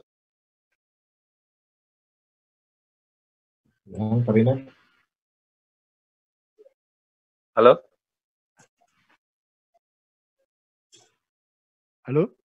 Ya, Pak Renner, ini pertanyaan Pak Riyadi. Ini ke saya atau ke Pak Renner tadi? Ke Pak Riyadi. Ke Pak Renner dulu, ini Pak Renner. Siap. Gimana Pak? Pak Renner tolong ini. Ya. Ini penontonnya menanggapi pendapat Pak Haryadi. Bagaimana mengisi kekosongan hilirisasi hasil riset pada saat ini seperti yang disampaikan Dr. Haryadi, sehingga hasil riset bisa langsung dirasakan oleh masyarakat. Silakan Pak Renner. Mengisi kekosongan di hilirisasi ya. Memang ya selama ini hilirisasi itu kan disangka masih belum terjadi kan tadi kan. Nah, kita mengisinya tentu dengan peran kita sebagai peneliti dan apa yang memang menjadi spesialisasi kita gitu. Contohnya, kami adalah peneliti di bidang sumber daya kewilayahan dan sumber daya laut gitu kan. Tapi kita akan mengisi dari sisi itu gitu. Artinya apa? Satu, mungkin ya tadi seperti tim penyuluh bilang bahwa mereka membutuhkan data-data kan. Itu adalah salah satu bentuk hilirisasi juga ternyata kan. Karena penyuluh adalah garda terdepan gitu kan. Agent of change gitu kan. Nah, dia tuh mata-matanya kita, itu KKP kita di depan, itu garda depan ini kan. Apa yang terjadi ya mereka akan laporkan ke pimpinan kan. Nah, artinya nanti pimpinan yang akan menugaskan kita gitu kan. Oh ternyata belum dilakukan inventarisasi di wilayah ini. Nah, ibarat ibarat ibaratnya adalah kami Kopassusnya gitu. Jadi kami masuk ke orang yang belum masuk gitu. Nah, itu mungkin semangat yang bisa kita pakai untuk tim peneliti gitu, bahwa biasanya kita masuk ke daerah-daerah yang belum dilakukan inventarisasi, dan akhirnya inventarisasi ini akan jadi lengkap dengan dikompilasi oleh data-data dari mitra-mitra kami di luar. Jadi nah, nanti ujungnya hilirisasi adalah contoh misalnya bisa dikembangkan oleh rekan kami di Jasa Kelautan atau di KKHL atau di penataan ruang gitu kan, untuk perizinan gitu. Nah, itu data-data kami bisa jadi landasan mereka untuk meningkatkan lebih lanjut. Contoh kayak kolaborasi yang baik adalah rekan kami Loka di Padang, di Bungkus itu dia sudah sampai tahap lokasi titik penyelaman yang memakai anjungan, jadi nggak harus turun dari kapal. Nah, itu kerjasama yang cukup baik, kami apresiasi dengan tim-tim dari Dirjen PRL kan, itu menyikapi hasil risetnya kami gitu kan. Nah, itu contohnya yang bisa dilakukan hilirisasinya. Nah, dan itu mungkin turis akan mudah kan ke sana. Yang bisa dalam dia turun, ya enggak ya dia mancing aja di atas. Walaupun jangan di dekat penyelam. Demikian, Pak. Oke, sekarang saya ke Dr. Haryadi deh. Iya, Pak. Dr. Haryadi, nah sekarang bertanya ke Pak Dr. Haryadi. Bagaimana hasil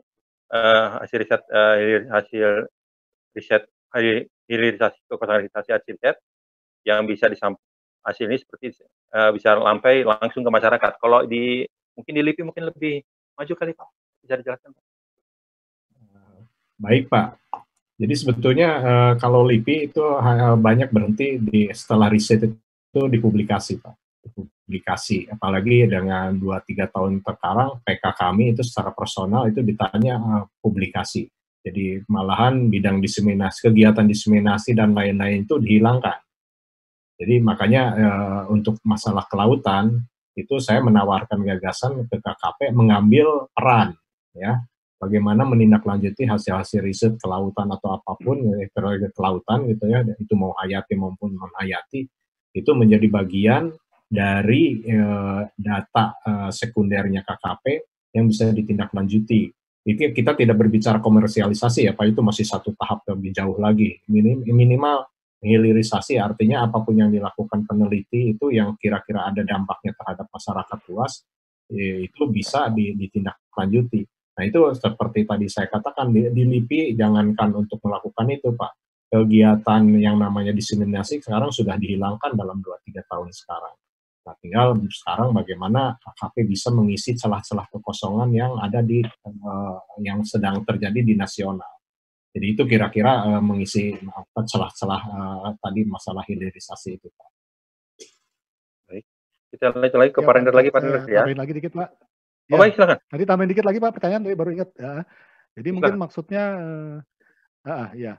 Jadi memang hilirisasi ini lebih nyata terlihat kan di sektor industri ya, industri dan manufaktur kan. Nah, mereka mungkin dengan gagahnya bilang dia sudah dihilir. Tapi tentu ada yang namanya inovasi dari riset kan. Nah, itu yang saya tadi bilang, untuk perikanan cukup jelas, tapi untuk kelautan enggak. Tapi intinya gini, jadi intinya mungkin tadi Pak Hari pernah menyebut bahwa mungkin bisa dibantu kali ya dengan tim BUMN gitu kan. Nah, saya pernah di satu pertemuan Mandat Kontinen dulu ada rekan kami dari Aneka Tambang gitu. Jadi dia kan BUMN. Nah, kebetulan saya tanya dan saya sedikit sentil, bukan sentil apa, saya ajak gitu. Ayo kita nambang di laut yuk, kami punya banyak hasil nih, ya gitu kan, kasarannya gitu. Kita punya emas nih di Banda gitu kan. Ternyata saya kurang antusias malah gitu. Waduh Pak, di darat aja kami pusing Pak, puyeng kan, apalagi di laut. Saya bilang justru di darat memang puyeng karena overburdennya kan, maksudnya tutupan untuk ngambil emas itu 1 gram yang dikupas tuh harus 1 ton tanah gitu. Sedangkan di laut tuh tinggal istilahnya kasarnya nyerok gitu. Cuma tinggal gimana kita bisa masuk ke kolom air yang dalam gitu. Nah artinya oke, BUMN bisa lead di hilir, tapi untuk wilayah-wilayah yang tadi saya bilang wilayahnya Kopassus itu mungkin mereka nggak mau gitu. Dia enggan gitu. untuk masuk ke sana kan, karena profitnya dihitung-hitung kan, gitu. Sejalan nggak, kecuali ada driven kuat dari atas, nah mungkin. Nah, itu baru mereka bisa masuk. Nah, ya siapa yang akan menjalani? Ya itulah artinya ya ketiban untung atau ketiban puluh ya peneliti akhirnya yang masuk. Karena ya mau nggak mau kita harus tahu isinya gitu. Nah, akhirnya peneliti selain dipersalahkan tidak sampai ke hilir, disalahin juga, nggak ngembangin gitu kan hasil penelitiannya. Ya, bayangkan BUMN dengan resources cukup tinggi aja nggak mau, Pak. Bagaimana dengan kami yang hanya seorang peneliti gitu kan? Jadi artinya kita selalu bermain dengan wacana. Ya itu tadi Pak Haryadi sempat menyinggung, hampir puluhan tahun kita tidak ditindaklanjuti gitu kan. Gitu. Nah, Antam sendiri sebenarnya dia adalah tadinya sebuah lembaga riset, salah satu bagian dari Direktorat Geologinya SDM gitu kan. Nah, ketika tambang-tambang berkembang, akhirnya dia dijadikan BUMN. Nah, mungkin ya itu tadi di era transformasi ada yang memilih kan, mungkin peneliti mungkin lebih minatnya ke sana, ya dia akan masuk ke BUMN gitu. Sebenarnya opsi-opsi tadi yang saya bilang. Nah, di kelautan pun begitu, ada yang namanya Perinus ya kalau nggak salah, Perindo BUMN. Nah, itu juga tadinya kan mungkin di bawah Dirjen Perikanan gitu kan. Ketika itu sangat dibutuhkan untuk komoditas, dia akan dilepas. Tapi muaranya apa? Itu semua orang-orang riset gitu, tanda kutip gitu. Demikian Pak. Ya, ini ada pertanyaan lagi, Pak Render ya, dari Nanik Habibisono. Penelitian KKP ini sangat bersentuhan dengan tinggalan arkeologi shipwreck yang sangat potensial. Bagaimana penanganannya dan kewenangannya? Silakan, Pak Render. Terima kasih. Salam hormat buat Profesor Nani, arkeolog senior kita. Bu Nani, justru saya yang ngajak Bu Nani, ayo Bu kita sama-sama nih Bu mau diapain. Jadi artinya gini, terima kasih Bu pertanyaannya. Nah ini memang tantangan kita. Jadi salah satu yang KKP lakukan seperti yang selain kami dari riset, tentunya kita turun ke lapangan bersama, kita menggali data dengan tim Arkeologi Nasional, tim Direktorat Cagar Budaya, kita turun karena itu bukan paling, maksudnya kita tujuan utama adalah melakukan inventarisasi sebanyak-banyaknya gitu, data untuk mengisi titik-titik yang ada di kolom air laut. Kenapa demikian? Karena rekan-rekan kami di Dirjen Teknik itu sangat membutuhkan data titik-titik ini gitu. Jangan sampai mereka katanya salah melangkah. Dan juga supaya menambah kepedean mereka untuk di sisi regulasi gitu. Dia bisa menegur mungkin ada institusi lain yang seenaknya apa istilahnya main angkat aja, tapi bukan angkat sih sebenarnya, berdalih gitu kan, alur atau dan lain sebagainya. Woi nggak boleh, ini ada laporan, ada titik nih, ada buktinya. Nah, itu nanti akan didukung oleh tim-tim dari Cagar Budaya.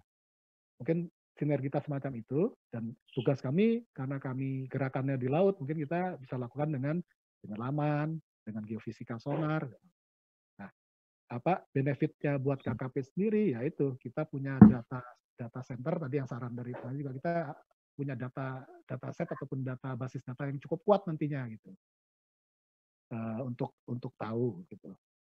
Nah, salah satu tindak lanjut yang kita gagas bersama, kalau di Kemdikbud dia menggagas dengan rumah peradaban. Nah, kalau kami melakukannya itu sebenarnya kami juga terpicu dari ide Ibu juga. Jadi kalau kami di bawah lautnya kita mau coba gagas museum bawah laut gitu. Semacam konservasi Marine Eco Archaeology Park. Nah, ini alhamdulillah nih Pak Richard dari teman-teman kami di Dirjen Teknik kemarin kita bahas Undang-Undang RZ. Salah satu programnya udah ada yang mau digulirkan, ditindaklanjuti hasil riset kami gitu. Jadi akan digagas program mengisi tentang apa sih yang mau dilakukan di Marine Eco Archaeology Park ini gitu. Demikian Bu. Nah, untuk keramik-keramiknya tentunya kita akan tinggalan-tinggalannya kita mungkin akan menyentuh hati-hati, dan kita akan selalu berkomunikasi dengan baik untuk sisi kesejarahan dan data-datanya dengan Arkenas yang punya amanah, dan untuk regulasi dan lain sebagainya pendataan mungkin kita dengan teman-teman di Jasa Kelautan. Demikian Pak. Ya, ini untuk pertanyaan untuk berdua ya. Ya. Pak Dr. Heri dulu ya, saya sampaikan. Ini sumbang saran. Hasil riset juga perlu dibahasakan lebih populer sehingga ketika disampaikan ke masyarakat bisa lebih mudah dipahami dari Eko-Eko. Silakan Pak Dr. Haryadi. Baik, Jadi memang kalau riset-risetnya itu kaitannya langsung dekat dengan kebutuhan masyarakat, itu biasanya kita dalam bentuk rekomendasi dan bahasanya lebih bahasa populer, Pak, ya. Jadi tidak terlalu teknis ya. Tapi kalau itu kira-kira untuk publikasi, jelas itu bahasa ilmiah. Jadi sering dilakukan, terutama dalam kaitannya dalam hal yang bencana ya, yang kaitannya langsung berdampak merugikan masyarakat, itu biasanya ada kemasan seperti yang tadi Pak Rainer lakukan ya, membuat policy brief dan lain-lain. Nah mungkin yang jadi masalah adalah sampai sejauh mana apa yang sudah dibuat itu bisa sampai hilir sekali sampai ke masyarakat pengguna. Ini yang tidak bisa kita kontrol, Pak. Jadi itu permasalahan yang ada. Jadi diseminasi dan lain-lain, paling yang datang hanya beberapa, tapi apakah yang datang itu juga bisa menyampaikan ke masyarakat yang lebih luas? Nah itu yang masih tanda tanya. Tapi yang jelas hasil-hasil riset yang kaitannya dekat sekali dengan dampak yang akan merugikan masyarakat itu biasanya nanti diformulasikan lagi, bukan betul-betul seperti untuk makalah teknis ya, makalah ilmiah. Jadi itu biasanya suka dilakukan. Hanya kami yang tidak bisa kami kontrol pada bagaimana bisa sampai ke ujung. Itu, Pak. Kalau dari Pak Rainer? Ya. Siap, Pak. Iya, terima kasih pertanyaannya. Jadi kalau memang bahasa riset tuh kalau untuk orang awam kadang-kadang dianggap di awang-awang ya gitu kan. Terlalu canggih nih ngomongnya gitu kan. Nah, makanya bahasa langit. Itu bahasa langit gitu, gak jelas ini. Nah, tim kami makanya itu saya selalu acara-acara rekan-rekan di tim kan kita sering ke lapangan kan. Kita selalu ke lapangan menghadapi masyarakat, menghadapi penyuluh gitu. Jadi apalagi menghadapi aparat keamanan kan. Dia pikir kita orang luar padahal aparat sama aparat yang datang gitu kan. Jadi ujungnya ya akhirnya saling menghargai gitu. Nah, artinya memang kita harus menyampaikan jangan dengan dengan bahasa seragam lah atau bahasa kekuasaan, tapi kita dengan bahasa ilmiah kemasyarakatan. Jadi tetap kita mencoba supaya mungkin kita menjelaskan apa misi kita dan yang kita tonjolkan adalah benefit apa yang bisa didapatkan masyarakat. Itu dulu kita ajukan. Oh dengan itu dia, oh gitu ya. Nah akhirnya apa? Tanpa diminta pun mereka akan ikut. Tapi ikut artinya ikut untuk positif, bukan ada juga yang ikut untuk pengen tahu, habis itu melaporkan, kan? Habis itu besok kamu dipanggil sama keamanan, nah kayak gitu kan, nah itu kan aneh. Nah, setelah kita ketemu komandannya baru ketawa-ketawa bareng kan, kopi bareng kan. Nah gitu. Nah, artinya itu satu hal memang romantika ya kalau kita hadapi di lapangan dengan masyarakat dan itulah tantangan yang peneliti harusnya lakukan. Artinya kita sebenarnya punya misi yang sama mungkin dengan tim dengan rekan penyuluh ya. Kalau penyuluh menyampaikan, kami selain melakukan pengambilan data juga menyampaikan. Nah, di satu sisi juga kami otokritik nih dengan institusi kami di dalam ya. Artinya kita diharapkan sering melakukan diseminasi, tapi tidak dikawal dan diprogram dengan baik ya menurut kami ini, mohon maaf. Jadi artinya jangan kami yang sudah di lapangan terus juga harus melakukan diseminasi juga gitu karena kami pun sudah lelah gitu kan, kita udah kena tekanan di bawah laut, sudah goyang-goyang di kapal tapi disuruh juga kita paparan dengan sambil kita riset gitu kan. Nah itu sesuatu hal Mariani ketawa. Jadi itu satu hal yang artinya menurut kami harusnya ya sudah diprogram aja untuk diseminasi dan kami diajak untuk melakukan itu kalau memang tim yang mau kali merasa masih kurang bisa menyampaikan. Nah, ini otokritik ya, walaupun kita akan bangun bersama ke depannya. Nah, untuk peneliti sendiri ya tentunya mulai sekarang, apalagi di KKP ya kita nggak bisa terlalu riset yang seperti mungkin rekan-rekan di LIPI atau di perguruan tinggi ya. Jadi kita harus mencari celah ataupun mencari peluang ya riset-riset yang itu tadi bahasa hilirisasi tadi sebisa mungkin gitu. Walaupun kita kemas dengan berbagai kemasan yang indah gitu karena kita nggak bisa karena kita bukan orang teknik gitu kan, kita sains kan gitu. Kita nggak punya produk, satu-satunya produk kita adalah a piece of paper gitu. Tapi peta kita ini yang dicari-cari kan, ibarat kata harta karun tanpa peta nggak akan bisa dapat kan. Nah, orang yang punya peta ini yang dikejar-kejar terus kan, gitu artinya. Demikian Pak. Oke, Pak Rainer, ini ada dari Ira Delenia pertanyaannya. Integrasi data kelautan dapat mendukung hilirisasi, khususnya dalam mengangkat potensi sumber daya non-hayati untuk dapat dirasakan manfaat oleh masyarakat. Silakan Pak, tanggapannya.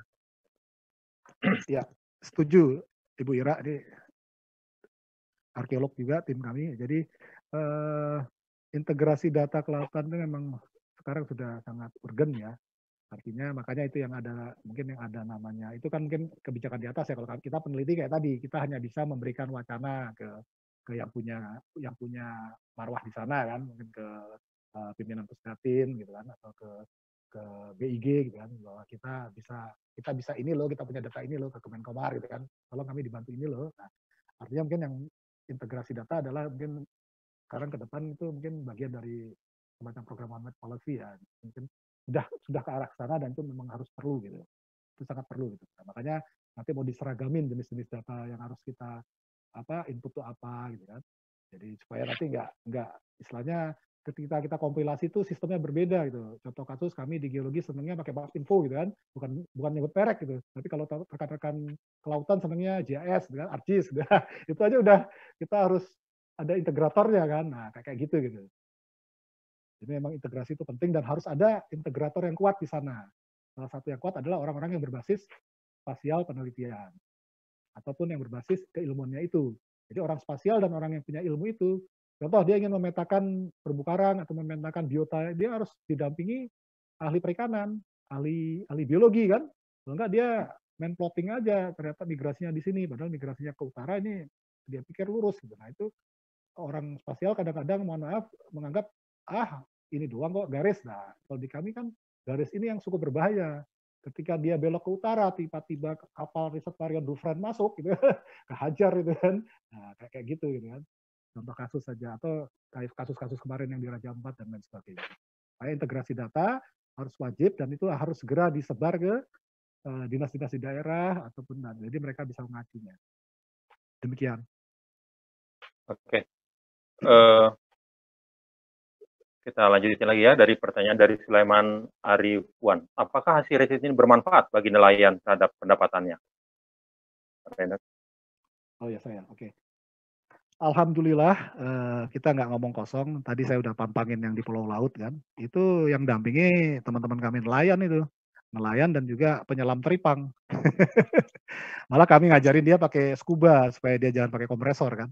Berbahaya buat dirinya. Jadi artinya mungkin pertama kami sebagai peneliti, manfaat kami adalah keilmuan kami gitu. Artinya kami bisa memberikan kepada mereka bagaimana yang baik dia lakukan untuk mungkin safety dia gitu. Kalau saya kan penyelam jadi untuk safety dia atau untuk ini. Nah, kami dari mereka kami juga dapat ilmu gimana caranya nih untuk ngincar ikan-ikan ini nih atau mancing biar cepet pakai umpan apa. Nah, jadi kadang-kadang itu kita dapatin. Nah, kedua kalau kita bicara besar tentunya kayak di Natuna tadi saya paparin, ada musim-musim tertentu atau di Kepri ya, rekan kami di dinas mungkin cukup paham. Jadi di musim-musim tertentu di Laut Natuna Utara itu, atau di awal-awal tahun itu arusnya cukup tinggi ke arah darat kan. Nah, artinya di masa-masa peralihan ataupun di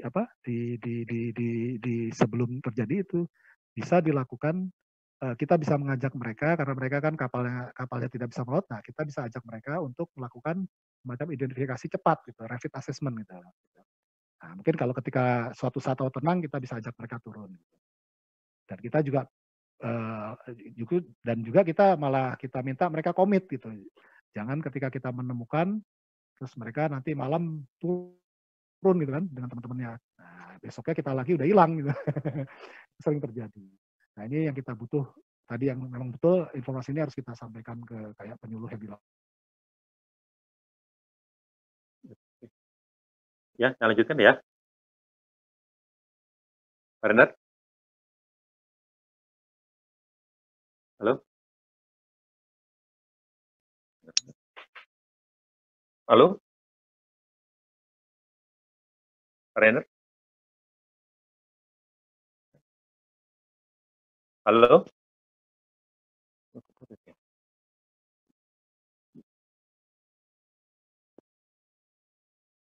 Pak Dr. Hayadi, dengar nggak?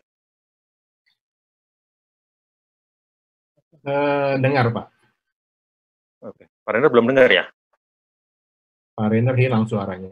Udah. Ke ya. Pak Dr. Hayadi aja. Pak Dr. Hayadi, Kalau menurut Boleh. di LIPI ini, apakah bisa Pak, misalkan hasil penelitian, misalkan di LIPI, apakah ada nggak, misalkan di LIPI, apakah bisa membuat Maaf raw ya, bank data? mungkin panas. Oke, Iya, Pak ini udah hari dulu ya, ntar partner sebentar ya. siap-siap. Ya, Ada trouble sedikit tadi, maaf. Pak Riyadi, ini apakah ada nggak di misalkan LIPI membuat raw bank raw data sehingga suatu saat bisa dibutuhkan, bisa jadi acuan di kemudian hari, misalkan hasil penelitian ini, Pak?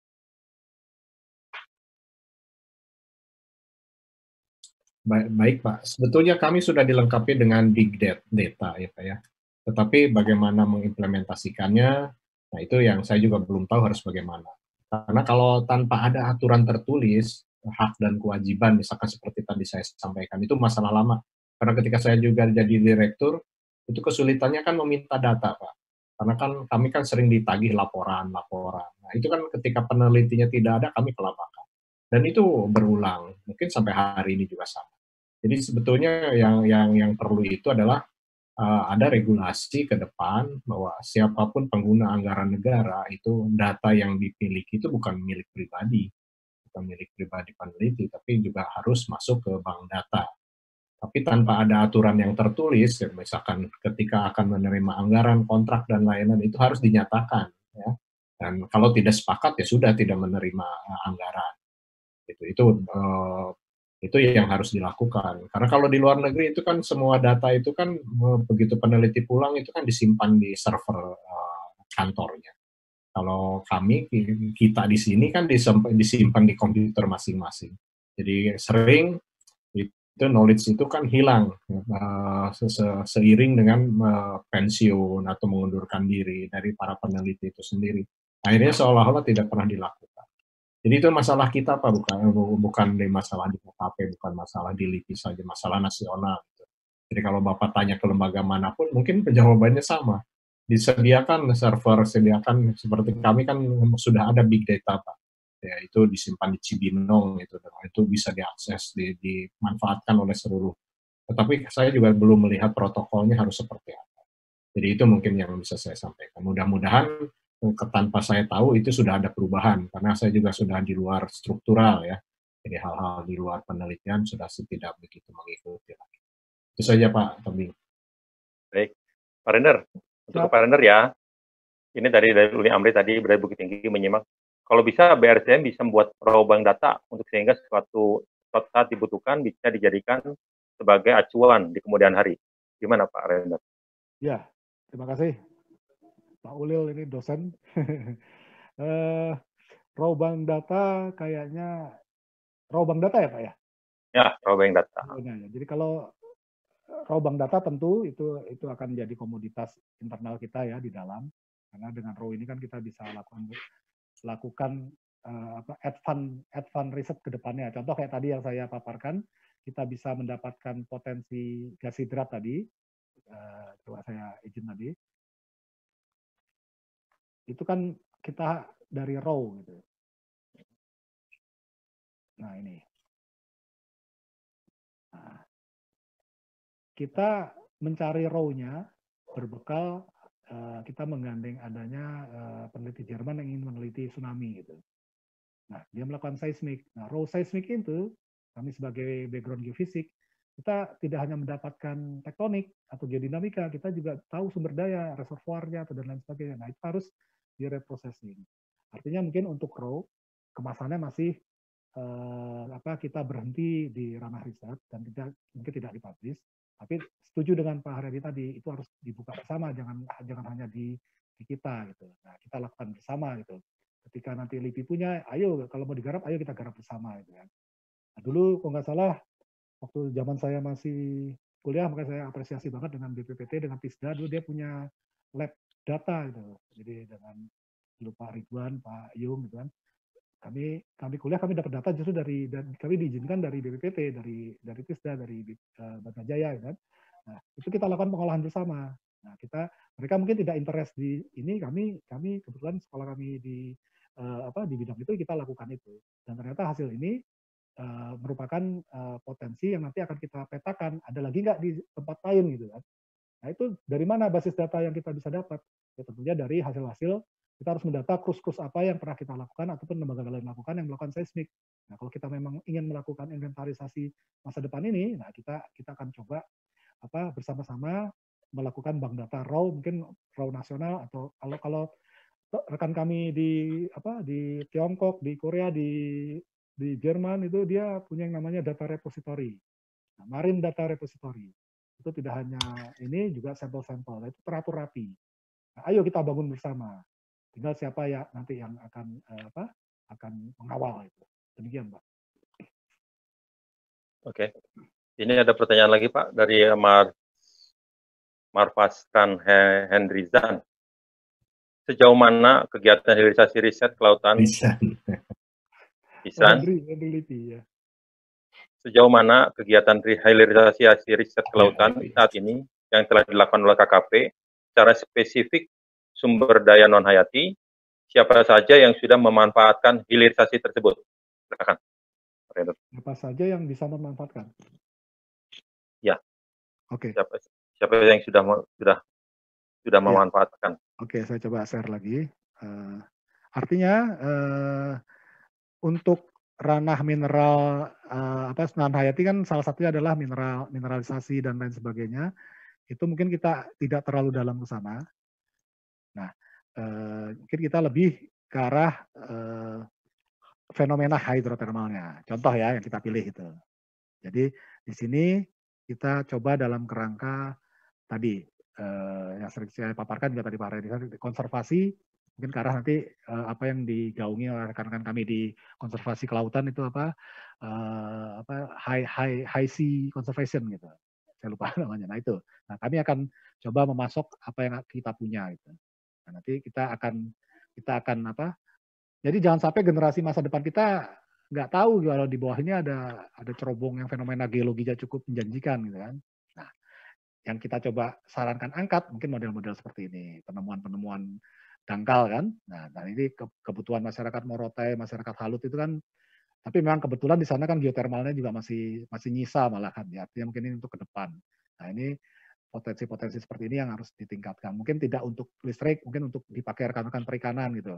Nah, mungkin semacam kemarin ada untuk budidaya di lautan gitu. Nah, dengan saya diskusi dengan rekan-rekan perikanan, ternyata memang panas hidrotermal ini bisa memacu pertumbuhan beberapa jenis ikan gitu kan.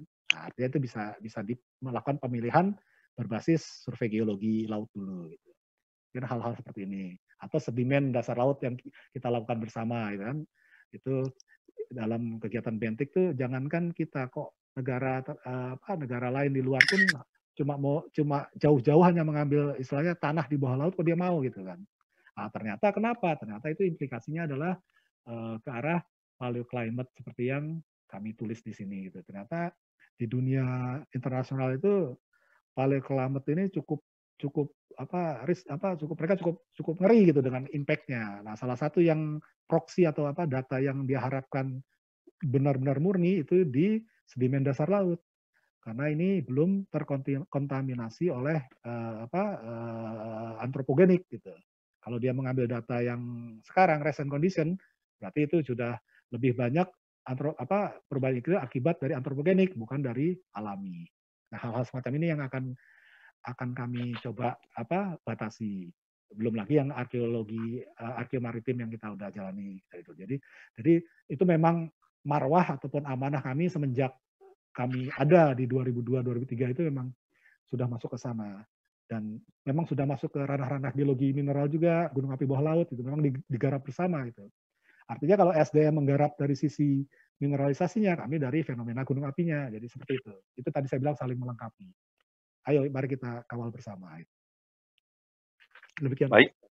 Terima kasih, Henry. Baik, ini akan pertanyaan terakhir untuk kedua ya. Sebelumnya, saya ucapkan sedikit dulu. Untuk para penonton, tolong ya, untuk mengklik subscribe dan lonceng, supaya bikin tersebar lagi ini pengetahuan-pengetahuan kita yang ditampilkan, karena acara program ini secara rutin kami tampilkan. Baik, pertanyaan ini yang pertama ke Dr. Haryadi. Dari judul inventarisasi dan pemetaan sumber daya non-hayati ini, menurut Bapak gimana Pak untuk hasilnya yang menurut supaya hasilnya bisa maksimal? Silakan, Pak.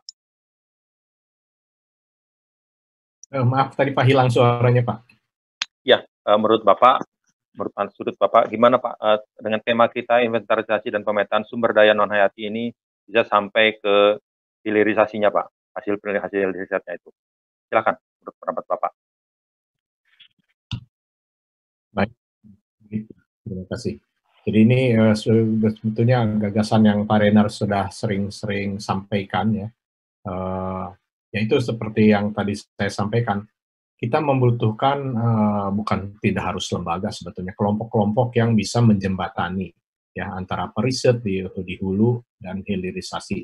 Nah, kalau tadi di KKP itu ada penyuluh ya, itu adalah salah satu kekuatan yang bisa dimanfaatkan. Artinya lewat mereka lah hilirisasi bisa dilakukan. Tinggal nanti di klaster-klaster, oh ini untuk siapa, ini untuk yang mana. Dan satu lagi, jangan ditafsirkan hilirisasi itu hanya masyarakat biasa, tetapi juga hilirisasi ke industri juga. Ya, berbicara masalah tadi mineral bawah laut dan lain-lain, jelas itu tidak langsung ke masyarakat. Tetapi tadi yang kaitan dengan arkeologi dan lain-lain, itu bisa di atasnya adalah dunia industrinya, di bawahnya adalah di masyarakatnya bagaimana bisa mengkonservasi kawasan tersebut. Tetapi satu, kita sering melupakan profit untuk masyarakat itu sendiri. Jadi kita menciptakan sesuatu objek, ya, menciptakan suatu destinasi, sering tidak memperhitungkan adalah mensejahterakan masyarakat yang ada di sekitar objek itu tersebut. Jadi itu yang harus secara paralel dilakukan. Selain kita membuat infrastruktur dan lain-lain adalah bagaimana kemanfaatannya langsung terhadap masyarakat yang ada di sekitar objek itu tersebut. Misalkan arkeologi jelas para nelayan. Jadi bisa ada penghasilan lain ketika misalkan cuaca sedang tidak bersahabat ataupun apapun yang sedang tidak bersahabat, itu menjadikan alternatif pendapatan. Nah ini bisa sustain akhirnya, karena apa? Ada saling ketergantungan. Tadi sudah Pak Rainer sebutkan ya, untuk saling mengisi. Jadi kita mungkin yang punya koneksi keluar yang luas, itu bisa membawa perubahan di sana, tetapi juga harus dirasakan manfaatnya langsung oleh masyarakat ya. Jadi masyarakat di sini bukan masyarakat umum saja, tetapi masyarakat pelaku usaha di kelautan ya, bisa industrinya, industri bisa yang di mineral, bisa pariwisata, arkeologi dan lain-lain. Itu mungkin yang bisa dilakukan. Jadi keunggulan KKP dalam hal ini yang harus dimanfaatkan adalah adanya tenaga penyuluh yang tersebar di seluruh Republik Indonesia, saya pikir. Itu Pak. Oke. Juga untuk Pak Rainer, penutup Pak Rainer, gimana tema inventarisasi dan pemetaan sumber daya non hayati sebagai gagasan untuk amanah hilirisasi hasil riset kelautan dan perikanan dikaitkan dengan program KKP, yang kedaulatan, keberlanjutan dan kesejahteraan. Silakan Pak Rainer. Ya, terima kasih Pak. Jadi sejatinya bahwa ini sangat beriringan gitu, sebenarnya sangat beriringan dan sangat sejalan. Cuma masalahnya mungkin apa tadi ya, era riset sekarang mungkin sedang decrease ya, menurun, terus transformasi. Jadi artinya kami itu lagi dapat gebukan, istilahnya gubrak-gabruk kan. Nah, di satu sisi tuntutan itu ada, dan mungkin juga otokritik ke dalam kami peneliti kita kurang spoken juga mungkin kali. Jadi kita kurang mensosialisasikannya ke pengambil kebijakan, atau memang banyak rekan-rekan kami yang senangnya memang nge-keep data.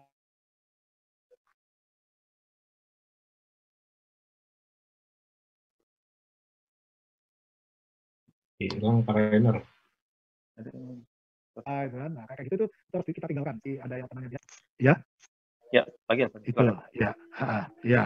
Jadi artinya apa yang kita gawangi ini, ide untuk gagasan melakukan pemetaan sumber daya non hayati laut bersistem, ini adalah sejatinya kita memberikan semacam power atau kewenangan nyata KKP yang ternyata belum dilihat, gitu, belum dilakukan.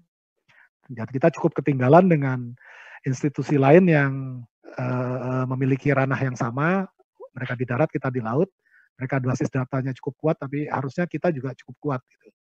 Dan dewasa ini terakhir-terakhir ini ternyata kebutuhan akan data dan informasi hasil riset kelautan cukup tinggi. Banyak izin-izin untuk melakukan sesuatu di laut, gitu kan, di kolom air, gitu kan, tidak kita lakukan. Jadi yang lucu kadang-kadang juga industri itu pinter gitu. Dia gandeng riset yang sebelah sana untuk survei, terus dia gandeng yang sini untuk analisis. Nah, akhirnya dihadapin semua ke kita. Nah, kita bagian kritik. Setelah saya tahu siapa-siapa aja, saya bilang, ini teman saya semua. Jadi artinya itu suatu masalah juga secara pertemanan ya, artinya kalau kita buka-buka. Nah, jadi artinya secara profesional kita tetap saling menjaga amanah masing-masing. Ketika memang dari riset itu udah boleh untuk melakukan suatu hal gitu kan, tetapi dari sisi regulasi kami dengan data ilmiah kami nggak bisa, ya kita akan omong apa adanya itu, bahwa di kami itu tidak bisa seperti ini. Secara saintifik oke, tapi mungkin pemangku kebijakan berpikiran lain setelah membaca data kami. Nah, artinya hal yang mudah itu bukan dengan kata-kata, bukan dengan tulisan yang panjang, ya kan, bukan dengan rekomendasi, tetapi dengan membaca peta. Itu pengalaman kami setelah semasa menjadi mahasiswa geologi kan. Artinya sama dengan arkeologi juga, dia kan butuh peta kan. Nah, dengan peta ini adalah menjadi roadmap. Saya yakin semua bidang kebumian, oceanografi, itu semua udah harus ini dengan peta. Nah, itu kita coba kompilasikan. Jadi mungkin artinya nanti kita coba buat berjilid. Jadi non hayat ini luas tadi kan, bukan hanya geologi, arkeo, mungkin marine biologi yang tadi Pak Richard sebutin terumbu karang bisa masuk di sana karena memang amanah di kita kan. Atau tadi Pak Riyadi bilang untuk konservasi gitu, itu bisa. Jadi kita dengan kemampuan dan segala kekurangan sumber daya manusia, perawatan dan lain-lain, kita coba step by step. Nah, ini yang kita harapkan mudah-mudahan gagasan kita, terima kasih nih tim BRSDM, memfasilitasi kita untuk istilahnya ngoceh ya, dan kita sosialisasi juga ke masyarakat. Nah, ini didukung gitu. Karena tadi contoh nyata dari penyuluh, dari rekan-rekan dinas di luar, dari teman-teman yang memang kita mewakili suara masyarakat murni, itu juga ternyata masih sangat membutuhkan itu data-data riset kebijakan dan sebagainya gitu. Jadi artinya memang ayo kita mulai benahi secara lebih baik-baik gitu. Kalau memang harus bertransformasi diri juga, kami sebagai peneliti sebenarnya bukan suatu masalah gitu. Kita pun tetap akan melakukan sesuai rel kita gitu. Jadi amanah kita memang melakukan itu, apapun itu rumahnya pun kita harus siap gitu. Itu aja Pak. Terima kasih.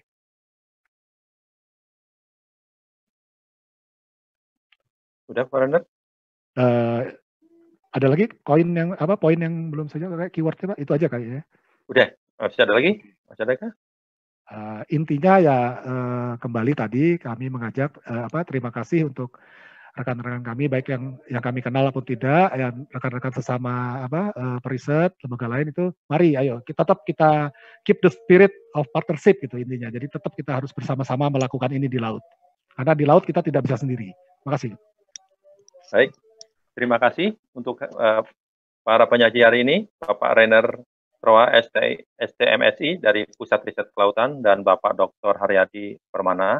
Dan jangan lupa penonton, jangan lupa juga subscribe dan ada tanda lonceng, klik itu supaya bisa menyebarkan ilmu pengetahuan kita yang kita acarakan tiap hari Minggu rutin. Terima kasih Bapak-Bapak untuk hari ini. Baik, kita ketemu untuk lain kali. Terima kasih. Selamat siang. Wow.